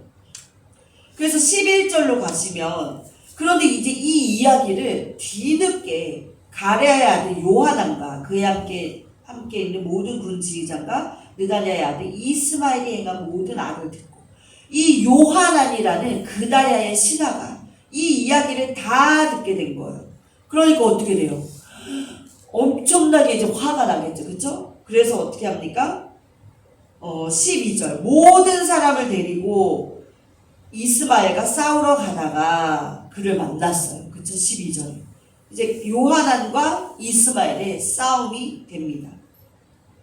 그랬더니 어떻게 돼요? 13절 이스마엘과 함께 있던 모든 백성이 그러니까 남아있는 유다 백성들인 거예요. 가레아의 아들 요하난과 그와 함께 있던 모든 군 지휘관을 보고 기뻐한지라. 14절 이에 미스바에서 이스라엘이 사로잡은 그 모든 백성을 돌이켜 가레아의 아들 요하난에게로 돌아가니 이 남아있는 모든 유다 백성들이 이제 요하난에게 갑니다. 요하난에게 갔어요. 요하난 편에 붙어요. 그리고 이스마엘에는 이제 아무도 없죠. 자기 따르던 패거리 몇 명밖에 없어요. 15절 어떻게 돼요? 느다냐의 아들 이스마엘이 8사람과 함께 요하난을 피하여 암몬 자손에게로 가니라. 암몬으로 이제 도망을 가는 거예요. 요하난이. 그런데 이제 이 사람들이 16절 보세요. 가레아의 아들 요하난과 그에 함께 있던 모든 군 지휘관이 느다냐의 아들 이스마엘이 아하감의 아들 그다랴를 죽이고 미스바에서 잡아간 모든 남은 백성 곧 군사와 여자와 유아와 내실을 기브온에서 빼앗아 가지고 돌아와서 그러니까 지금 모든 남은 자들이 요하난과 같이 있어요. 근데 어디로 가려고 한대요? 17절 애굽으로 가려고 떠나려고 하는 거예요. 왜요? 18절 이는 느다냐의 아들 이스마엘이 바벨론의 왕이 그 땅을 위임한 아하감의 아들 그다랴를 죽였으므로 그들이 갈대아 사람을 두려워하였음이었더라. 이 요하난이 모든 백성을 데리고 이제 애굽으로 가려고 해요. 왜? 이 자기가 죽인 건 아니지만 이 이스마엘이 이 바벨론 총독을 죽였잖아요. 그러니까 이 바벨론이 무서운 거예요. 이제 두려운 거예요. 그래서 차라리 애굽으로 가자. 애굽으로 가자. 그러면서 뭐합니까? 예레미야에게 기도를 부탁합니다. 42장. 백성이 예레미야에게 기도를 간구하다. 소제목이죠. 42장. 그래서 예레미야는 뭐라 그래요? 예레미야는 42장 7절 말씀 보세요. 10일 후에 기도하고 나서 부탁받고 10일 후에 여호와의 말씀이 예레미야에게 임하니 10절부터 이제 하나님의 말씀이 나옵니다. 뭐라고 하시냐면 너네들 바벨론 두려워서 애굽으로 가려고 하는데 바벨론 두려워하지 마. 너네들이 바벨론 두려워하지 않고 그냥 여기 가만히 있으면 바벨론도 너희를 불쌍히 여겨가지고 그냥 가만히 살게 할 거야. 근데 만약에 니네가 애굽에 들어가서 살겠다. 애굽으로 들어가면 어떻게 될 거야? 너네들은 16절 마지막에 보시면 거기에서 죽을 거야. 17절 마지막에도 남은 자 없으리라. 애굽으로 가서 살면 너네 죽을 거야. 남은 자가 아무도 없을 거야. 그러니까 그냥 여기에 남아 있어 라고 하나님의 말씀을 예레미야가 대언을 합니다. 그런데 43장으로 가면 43장 2절 보시면 중간부터 요한왕과 모든 오만한 자가 예레미야에게 말하기를 너가 거짓을 말하는도다. 3장 중반절 갈대아 사람의 손에 넘겨 죽임에 바벨론으로 붙잡아 가게 하려 함이라. 예레미야 저거 거짓말하는 거야. 우리 바벨론으로 다 잡아가서 죽게 하려고 저러는 거야. 그러면서 어떻게 합니까? 4절 요한왕과 모든 군지휘장과 모든 백성이 유다 땅에 살라 하시는 여호와의 목소리를 순종하지 아니하고 어떻게 해요? 7절 애굽 땅에 들어가 다바네스에 이르렀으니 그들이 여호와의 목소리를 순종하지 아니함이러라. 결국 이 요하나는 모든 남은 유다 백성을 끌고 애굽으로 갑니다. 이때 예레미야도 끌려가는 거예요. 같이. 모두 같이 갑니다. 그러니까 뭐예요? 예레미야의 이 행동 예언이 맞는 거예요. 다 포로로 다 잡혀갈 거야. 다 끌려갈 거야. 결국 이 애굽도 멸망을 하죠. 바벨론도 멸망한다. 이 무대에 예루살렘에서 예레미야가 계속해서 외쳤던 그 외침대로 남아있지 않고 애굽으로 이동하면서 애굽도 결국 망하게 되는 그런 예언이 성취되는 일이 일어나게 됩니다. 자, 우리 지금까지 해서 예레미야 후기서요. 그리고 여기에다가 다니엘과 에스겔까지 같이 접목해서 이 포로 시대의 역사를 살펴본 거예요. 다 머릿속에 잘 따라오셨나요? 그랬으셨을 줄 믿고 저희 지금 11시 26분이요. 벌써 1시간 반 됐어요. 이 중간에 맥을 끊을 수 없어서 제가 좀 길게 왔습니다. 저희 잠깐만 한 5분 정도만 쉬는 시간 35분까지 갖고 바로 수업 이어서 하도록 하겠습니다. 자, 그럼 이제 다니엘 공부 시작하도록 하겠습니다. 143페이지 방가로 1번 다니엘 그는 누구인가? 다니엘은 BC 605년에 갈그미스 2차 전투 때 1차 포로로 잡혀간 사람이었죠. 그렇죠? 근데 이 1차 포로로 잡혀간 당시 나이가 10대 후반이라고 추정이 되고 있어요. 그러니까 젊은 나이에 그 중고등학교 나이 때 잡혀간 거예요. 그리고 이 다니엘은 느부갓네살 왕에 의해서 그 고위 공직자로 딱 급부상했다고 했잖아요. 그렇죠? 그 느부갓네살 신상 그 꿈을 해석함으로써 그러면서 그때부터 한 6, 70년 가량을 공직 생활을 했습니다. 바벨론에서. 그리고 이 바벨론에 있을 때 다니엘의 신분이 뭐였냐? 직업이 그 현인, 박수장 같은 거였대요. 현인, 박수장. 이게 뭐냐면 우리 구약 성경에서 읽을 때 뭐 박수, 무당, 술객 이런 거 많이 나오잖아요. 근데 그런 사람들이 되게 하찮은 직업이 아니었던 거예요. 우리가 지금 생각하는 것처럼 하찮은 게 아니라 제사장, 예언자 같은 그런 직분입니다. 그래서 고위직에 있었다. 6, 70년을. 그러니까 그 여호야김 왕 때 다니엘이 포로로 잡혀갔는데 그 이후에 여호야긴 왕이 2차 포로로 에스겔 관계 잡혀왔잖아요.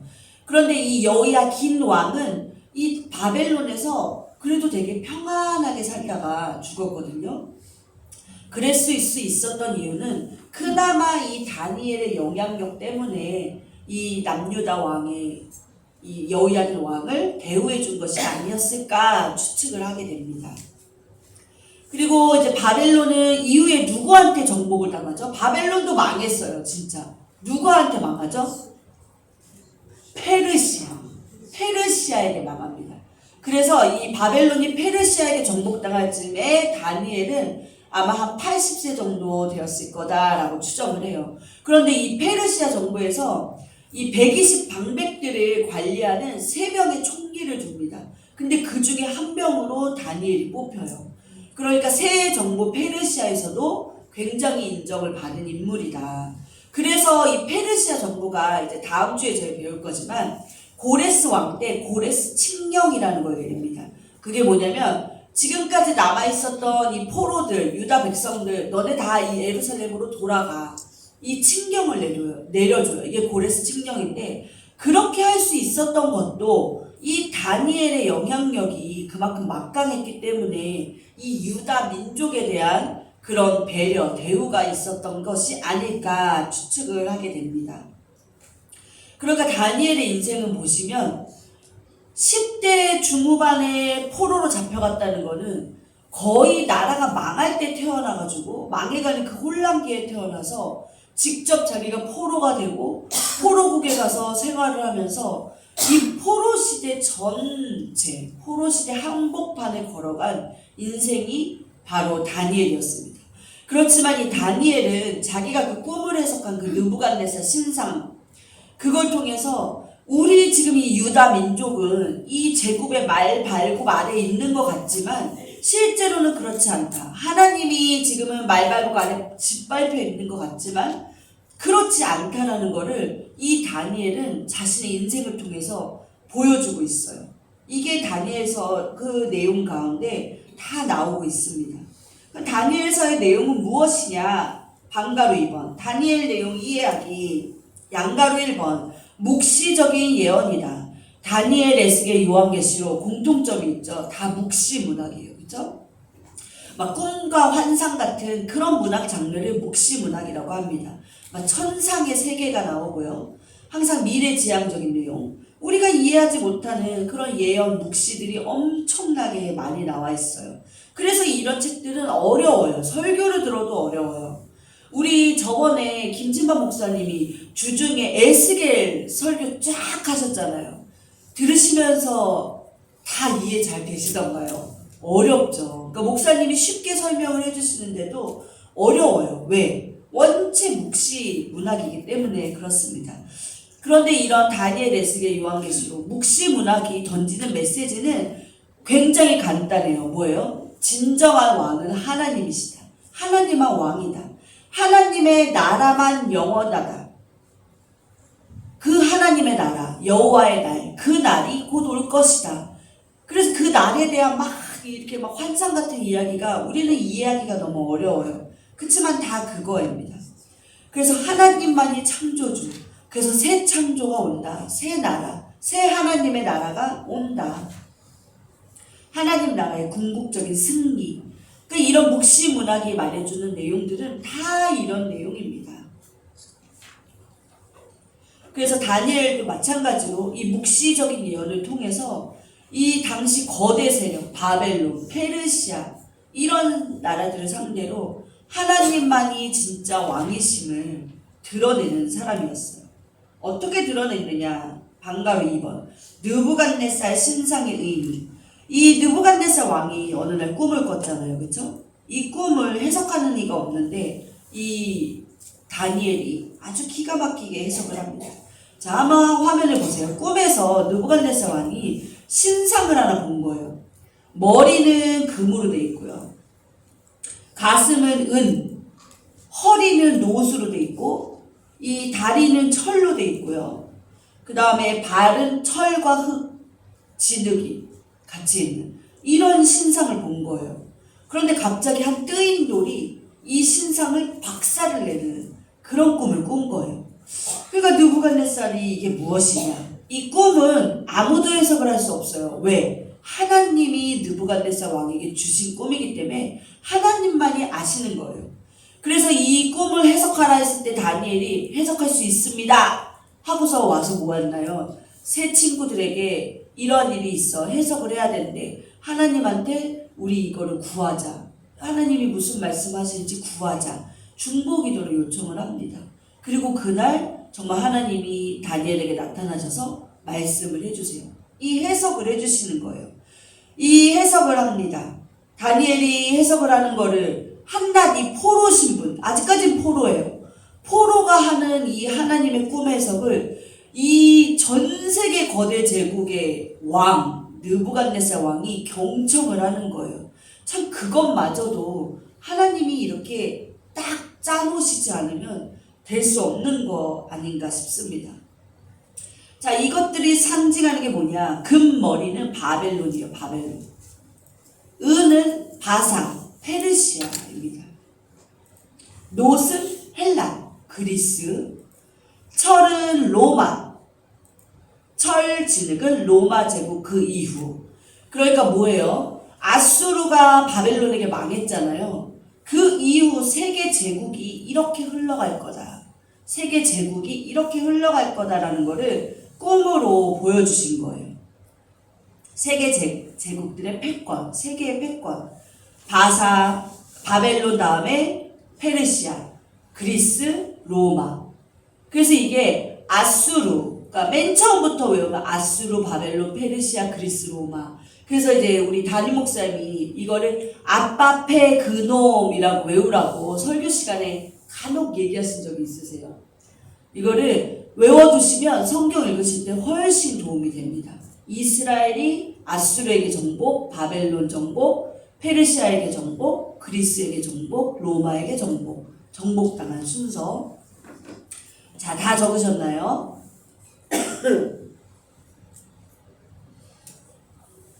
이렇게 이 순서대로 나라의 패권이 움직인다는 거예요. 세계의 패권이. 그런데 결국은 뜨인 돌이 이 제국들 전체를 무너뜨린다. 다 멸망시킨다 이겁니다. 자, 다 적으신 줄 믿고 보시면 바벨론 제국은 금머리. 요 핑크색에 해당하는 요 부분이었죠. 나라였죠. 가운데 물줄기 2개 보이시죠? 티그리스강, 유프라테스강 보이시죠? 그 다음에는 이제 페르시아 제국이 엄청난 영향력을 갖게 됩니다. 그래서 보시면 가나안과 애굽 다 먹었어요. 그 다음에 헬라, 그리스 엄청나죠. 그리스 문화, 그렇죠? 그리스. 그런데 이 그리스 시대는 두 왕조로 이후의 역사가 쪼개집니다. 셀레우쿠스와 프톨레마이오스 왕조로 나뉘어져요. 자, 지금 하는 내용들은 우리 어성경 신학반에서 다 공부하게 됩니다. 셀레우쿠스, 프톨레마이오스 왕조로 나뉘어지고요. 그러니까 여기까지 그리스라고 이제 크게 보시면 되고, 그 다음에 이제 로마 제국. 로마는 뭐 어마어마합니다, 그렇죠? 로마. 그 다음에 이제 로마 그 이유가 있는데요. 우리 이거 세계 역사 대조표 가끔 보셨던 거 기억나시죠? 자, 보세요. 지금 이 히브리인, 요 살색, 맨 왼쪽에 있는 살색이 히브리인이에요. 히브리인 사람들. 그 다음에 우리가 중점으로 볼 게 메소포타미아인, 아수르와 바벨론이 되겠습니다. 애굽인이 이집트죠. 한번 쭉 내려가 볼게요. 지금은 애굽, 우리 히브리인은 지금 족장시대 계속 들어가고 애굽과 바벨론이 아수르가 이렇게 힘을 키우고 있습니다. 힘을 키우고 있는데 쭉 가시다가 아수르 여기쯤에서 볼까요? 자, 호세아 왕을 마지막으로 해서 어떻게 됩니까?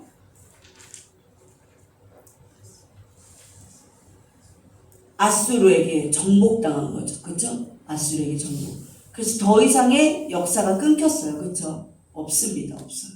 여기서 아수르로 끌려간 기억나시는 거 맞죠? 북이스라엘이 아수르에게 끌려갔습니다.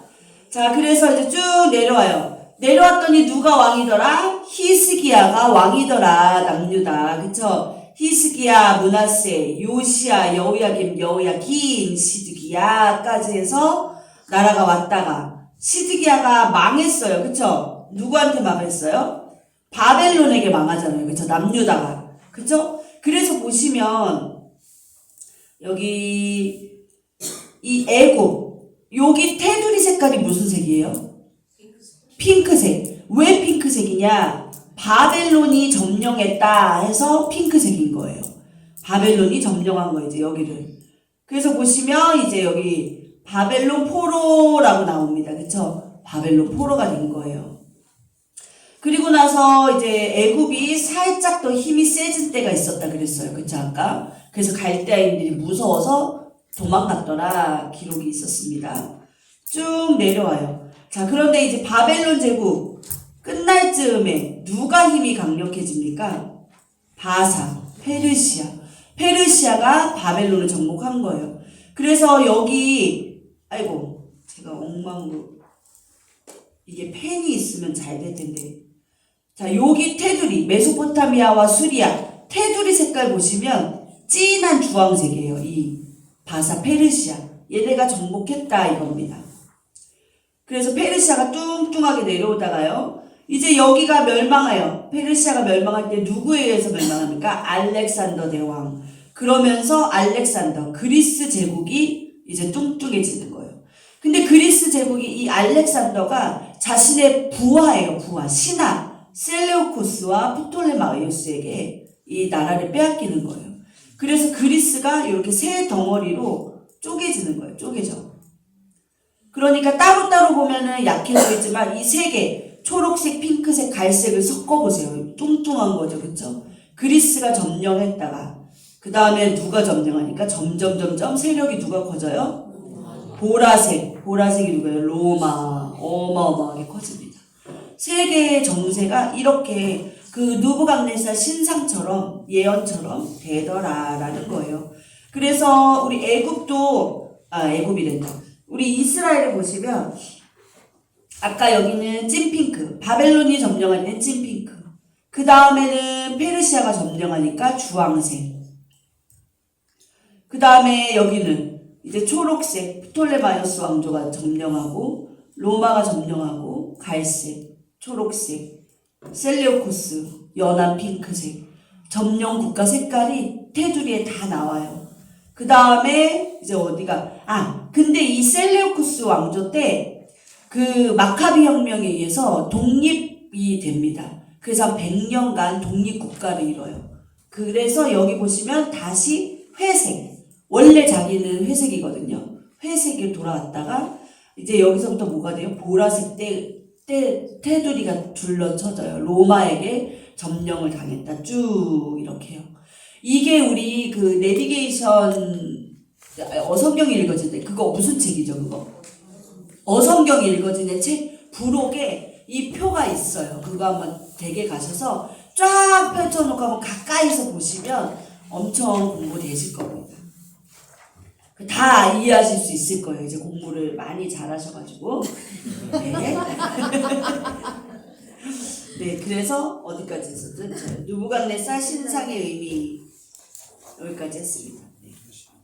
네, 그래서 이 신상의 의미는 뭐예요? 세계사의 주인은 하나님이라는 거예요. 너네 바벨론 영원할 것 같지? 아니야. 너네도 결국은 페르시아한테 망해.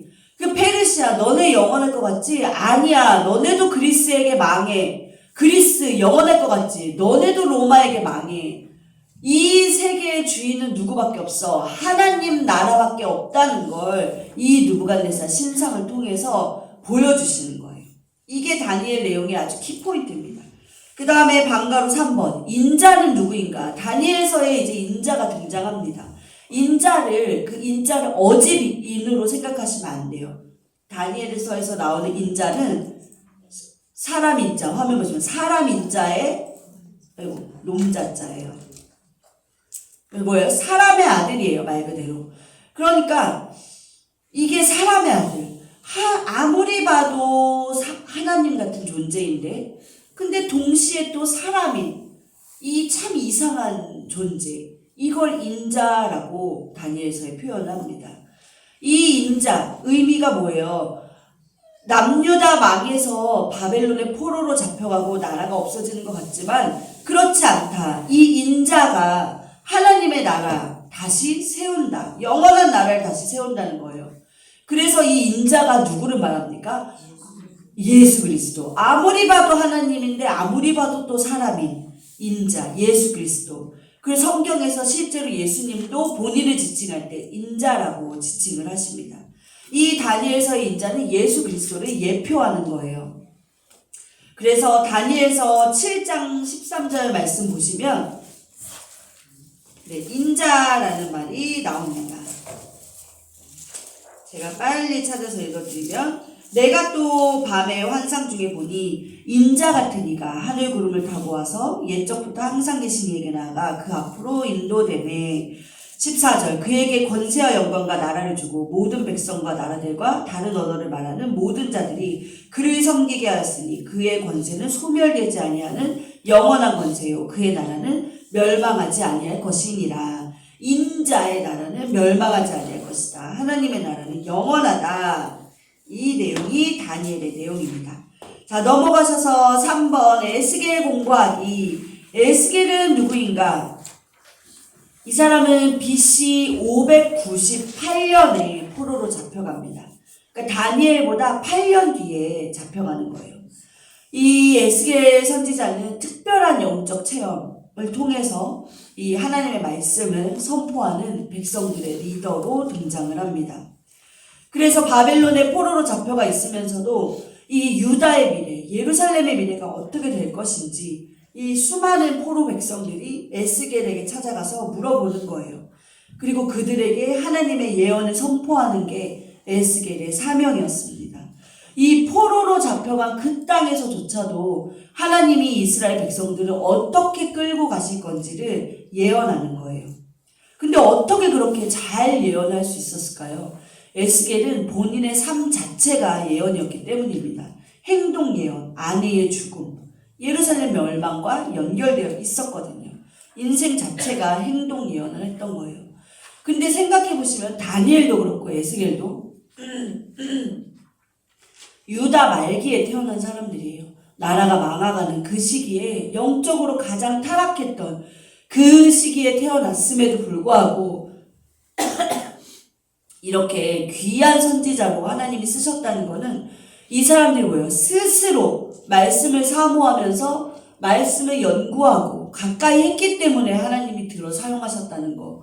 우리도 지금 이 핑계 저 핑계 되면서 말씀 멀리할 이유가 1도 없다. 우리 스스로가 준비되면 된다.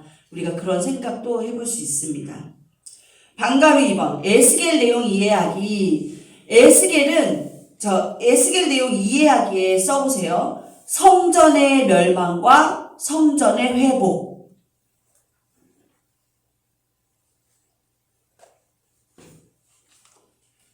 이게 에스겔서의 주제입니다. 에스겔 하면 딱 성전이에요. 성전의 멸망과 회복. 그래서 뭐예요? 심판하시나 구원하신다. 그 메시지입니다. 역시 에스겔 역시 묵시 형식을 따르고 있죠. 그래서 이 에스겔서는 특별히 연대에 대해서 잘 나와요. 방가루 1번 보시면 연대에 대해서라고 나오는데 에스겔서 한번 1장 1절 한번 펴보세요. 에스겔서 1장 1절 1149페이지입니다. 1장 1절 보시면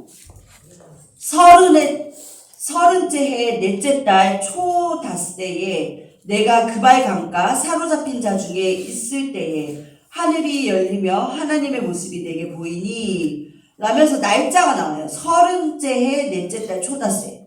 근데 솔직히 이거는 무슨 날을 말하는지 우리가 정확히 알 수 없어요. 그런데 2절에 보시면 여호야긴 왕이 사로잡힌 지 5년 그달 초다세라.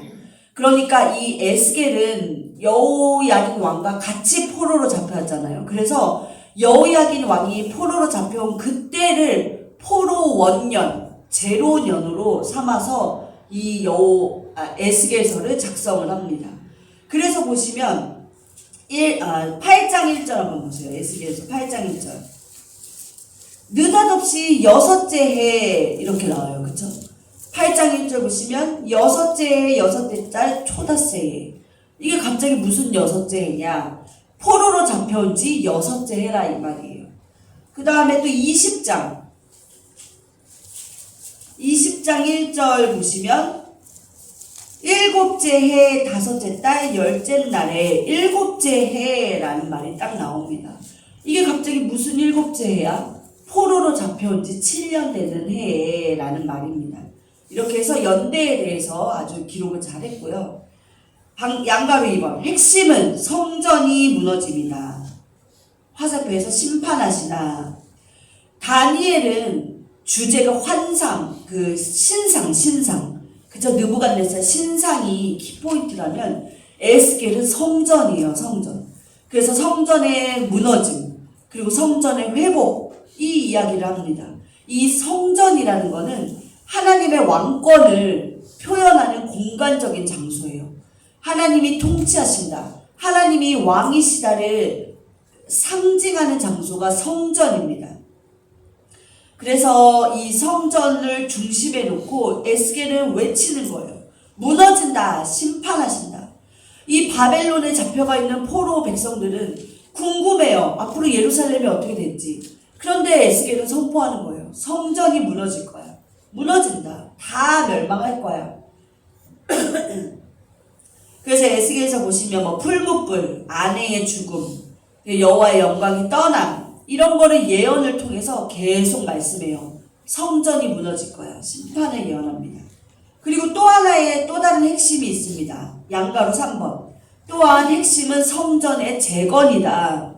그래서 화살표하고 구원하신다. 그래서 성전의 무너짐, 성전의 재건, 심판하시나 구원하신다. 이게 에스겔의 키포인트. 멸망으로만 끝나지 않을 거야. 회복시켜 주신다. 왜? 하나님이 성전의 재건해 주신다고 했거든. 이렇게 말씀을 던집니다. 그렇기 때문에 에스겔서에서는 성전 재건에 대한 설계도 말씀이 아주 자세하게 기록이 돼 있어요. 그죠? 뭐 중심 추도 나오고 막 그런 측량줄도 나오고 막 그럽니다. 그죠? 이 성전의 재건을 위한 설계도 이야기가 많이 나와요. 성전을 재건하시겠다. 구원하시겠다. 그런데 에스겔서에서 성전을 무너뜨리는 분도 재건하시는 분도 그 주체는 누구다? 인자다. 그래서 양가로 4번. 성전 재건의 의의는 뭐냐? 하나님의 왕권이 건재하다. 하나님의 왕권이. 그러니까 하나님이 왕이시다. 간단히 말하면 이거죠. 그렇죠? 그래서 유다가 이스라엘이 힘이 없어서 망한 게 아니다. 그들의 죄로 인해 멸망한 것이다 라는 거예요. 그래서 성전 재건을 예언하시면서 무슨 말씀하세요? 동그라미 1번. 새 언약을 세우신. 그래서 에스겔서 11장으로 가보세요. 에스겔서 11장 19절 19절 20절 저희 다 같이 한번 크게 읽어볼게요. 시작. 내가 그들에게 한 마음을 주고 그 속에 새 영을 주며 그 몸에서 돌 같은 마음을 제거하고 살처럼 부드러운 마음을 주어 내 율례를 따르며 내 규례를 지켜 행하게 하리니 그들은 내 백성이 되고 나는 그들의 하나님이 되리라. 새 언약을 주시는 거예요. 남아있는 자들, 남은 자들과 내가 새 언약을 체결할 거다. 그런데 그 새 언약은 어떠한 언약이냐? 16장 59절에서 63절까지 말씀인데요. 그냥 60절 말씀만 읽어보면 그러나 내가 너의 어렸을 때에 너와 세운 언약을 기억하고 너와 영원한 언약을 세우리라. 그러니까 새 언약은 무슨 언약이냐? 영원한 언약이 될 거다라는 거예요. 나는 너의 하나님, 너는 내 백성. 이거는 정말 영원한 언약이야.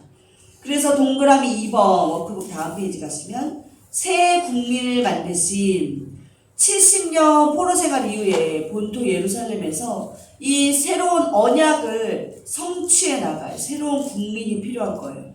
하나님이 왕이심을 고백하는 내 나라 새로운 백성, 국민. 그게 누구였어요? 에스겔서 36장.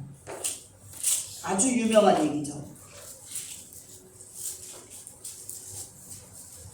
36장. 먼저 36장에서 이스라엘이 받을 복 하시면서 이스라엘을 정결케 하시는 내용이 쭉 나옵니다. 그러면서 37장. 새 국민이 누구예요? 소제목, 마른 뼈들이 살아나다. 그죠? 그래서 마른 뼈들이 널려있는 골짜기에 에스겔을 데려가서 환상을 보여주시죠. 마른 뼈들이 생기를 얻어 큰 군대를 이뤘다. 그리고 이 군대가 이제 하나님의 새 국민, 새 백성이 되는 거예요. 나는 이들에게 영원한 하나님이 되고 이들은 영원한 내 백성이 될 것이다. 그리고 이들을 통해서 세계 열국이 내가 이스라엘을 거룩하게 하는 하나님인 줄을 세계 열국이 알게 될 거다라고 하십니다. 자, 이게 에스겔의 내용이에요. 성전의 뭐였죠? 성전의 무너짐과 재건. 꼭 기억하세요. 에스겔은 성전. 자, 그 다음에 에스겔의 특징은 뭐냐? 양가로 5번. 요한계시록 성전이 있음. 묵시 형식이니까 요한계시록과 비슷하지만 에스겔서에서는 이 인자가 만국을 심판하는 심판주로 나옵니다.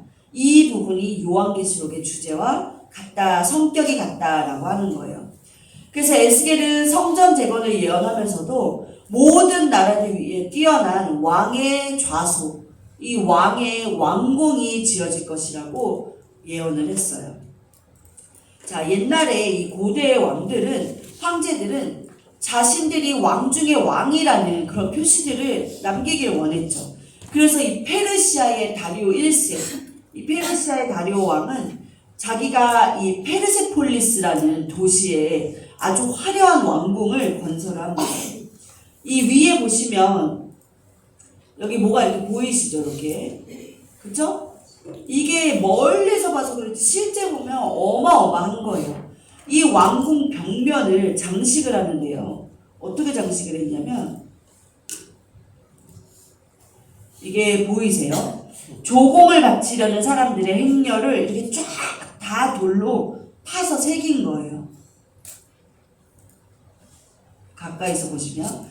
그리고 또 뿐만 아니라 이 황제들은 자신의 왕권이 하늘에서부터 왔다는 그 상징적인 거를 보여주기 위해서 왕궁 보좌 옆에 영물, 실제 세계에는 없지만 영적인 동물들, 이런 가디언, 이런 것들을 세워놓았다고 합니다.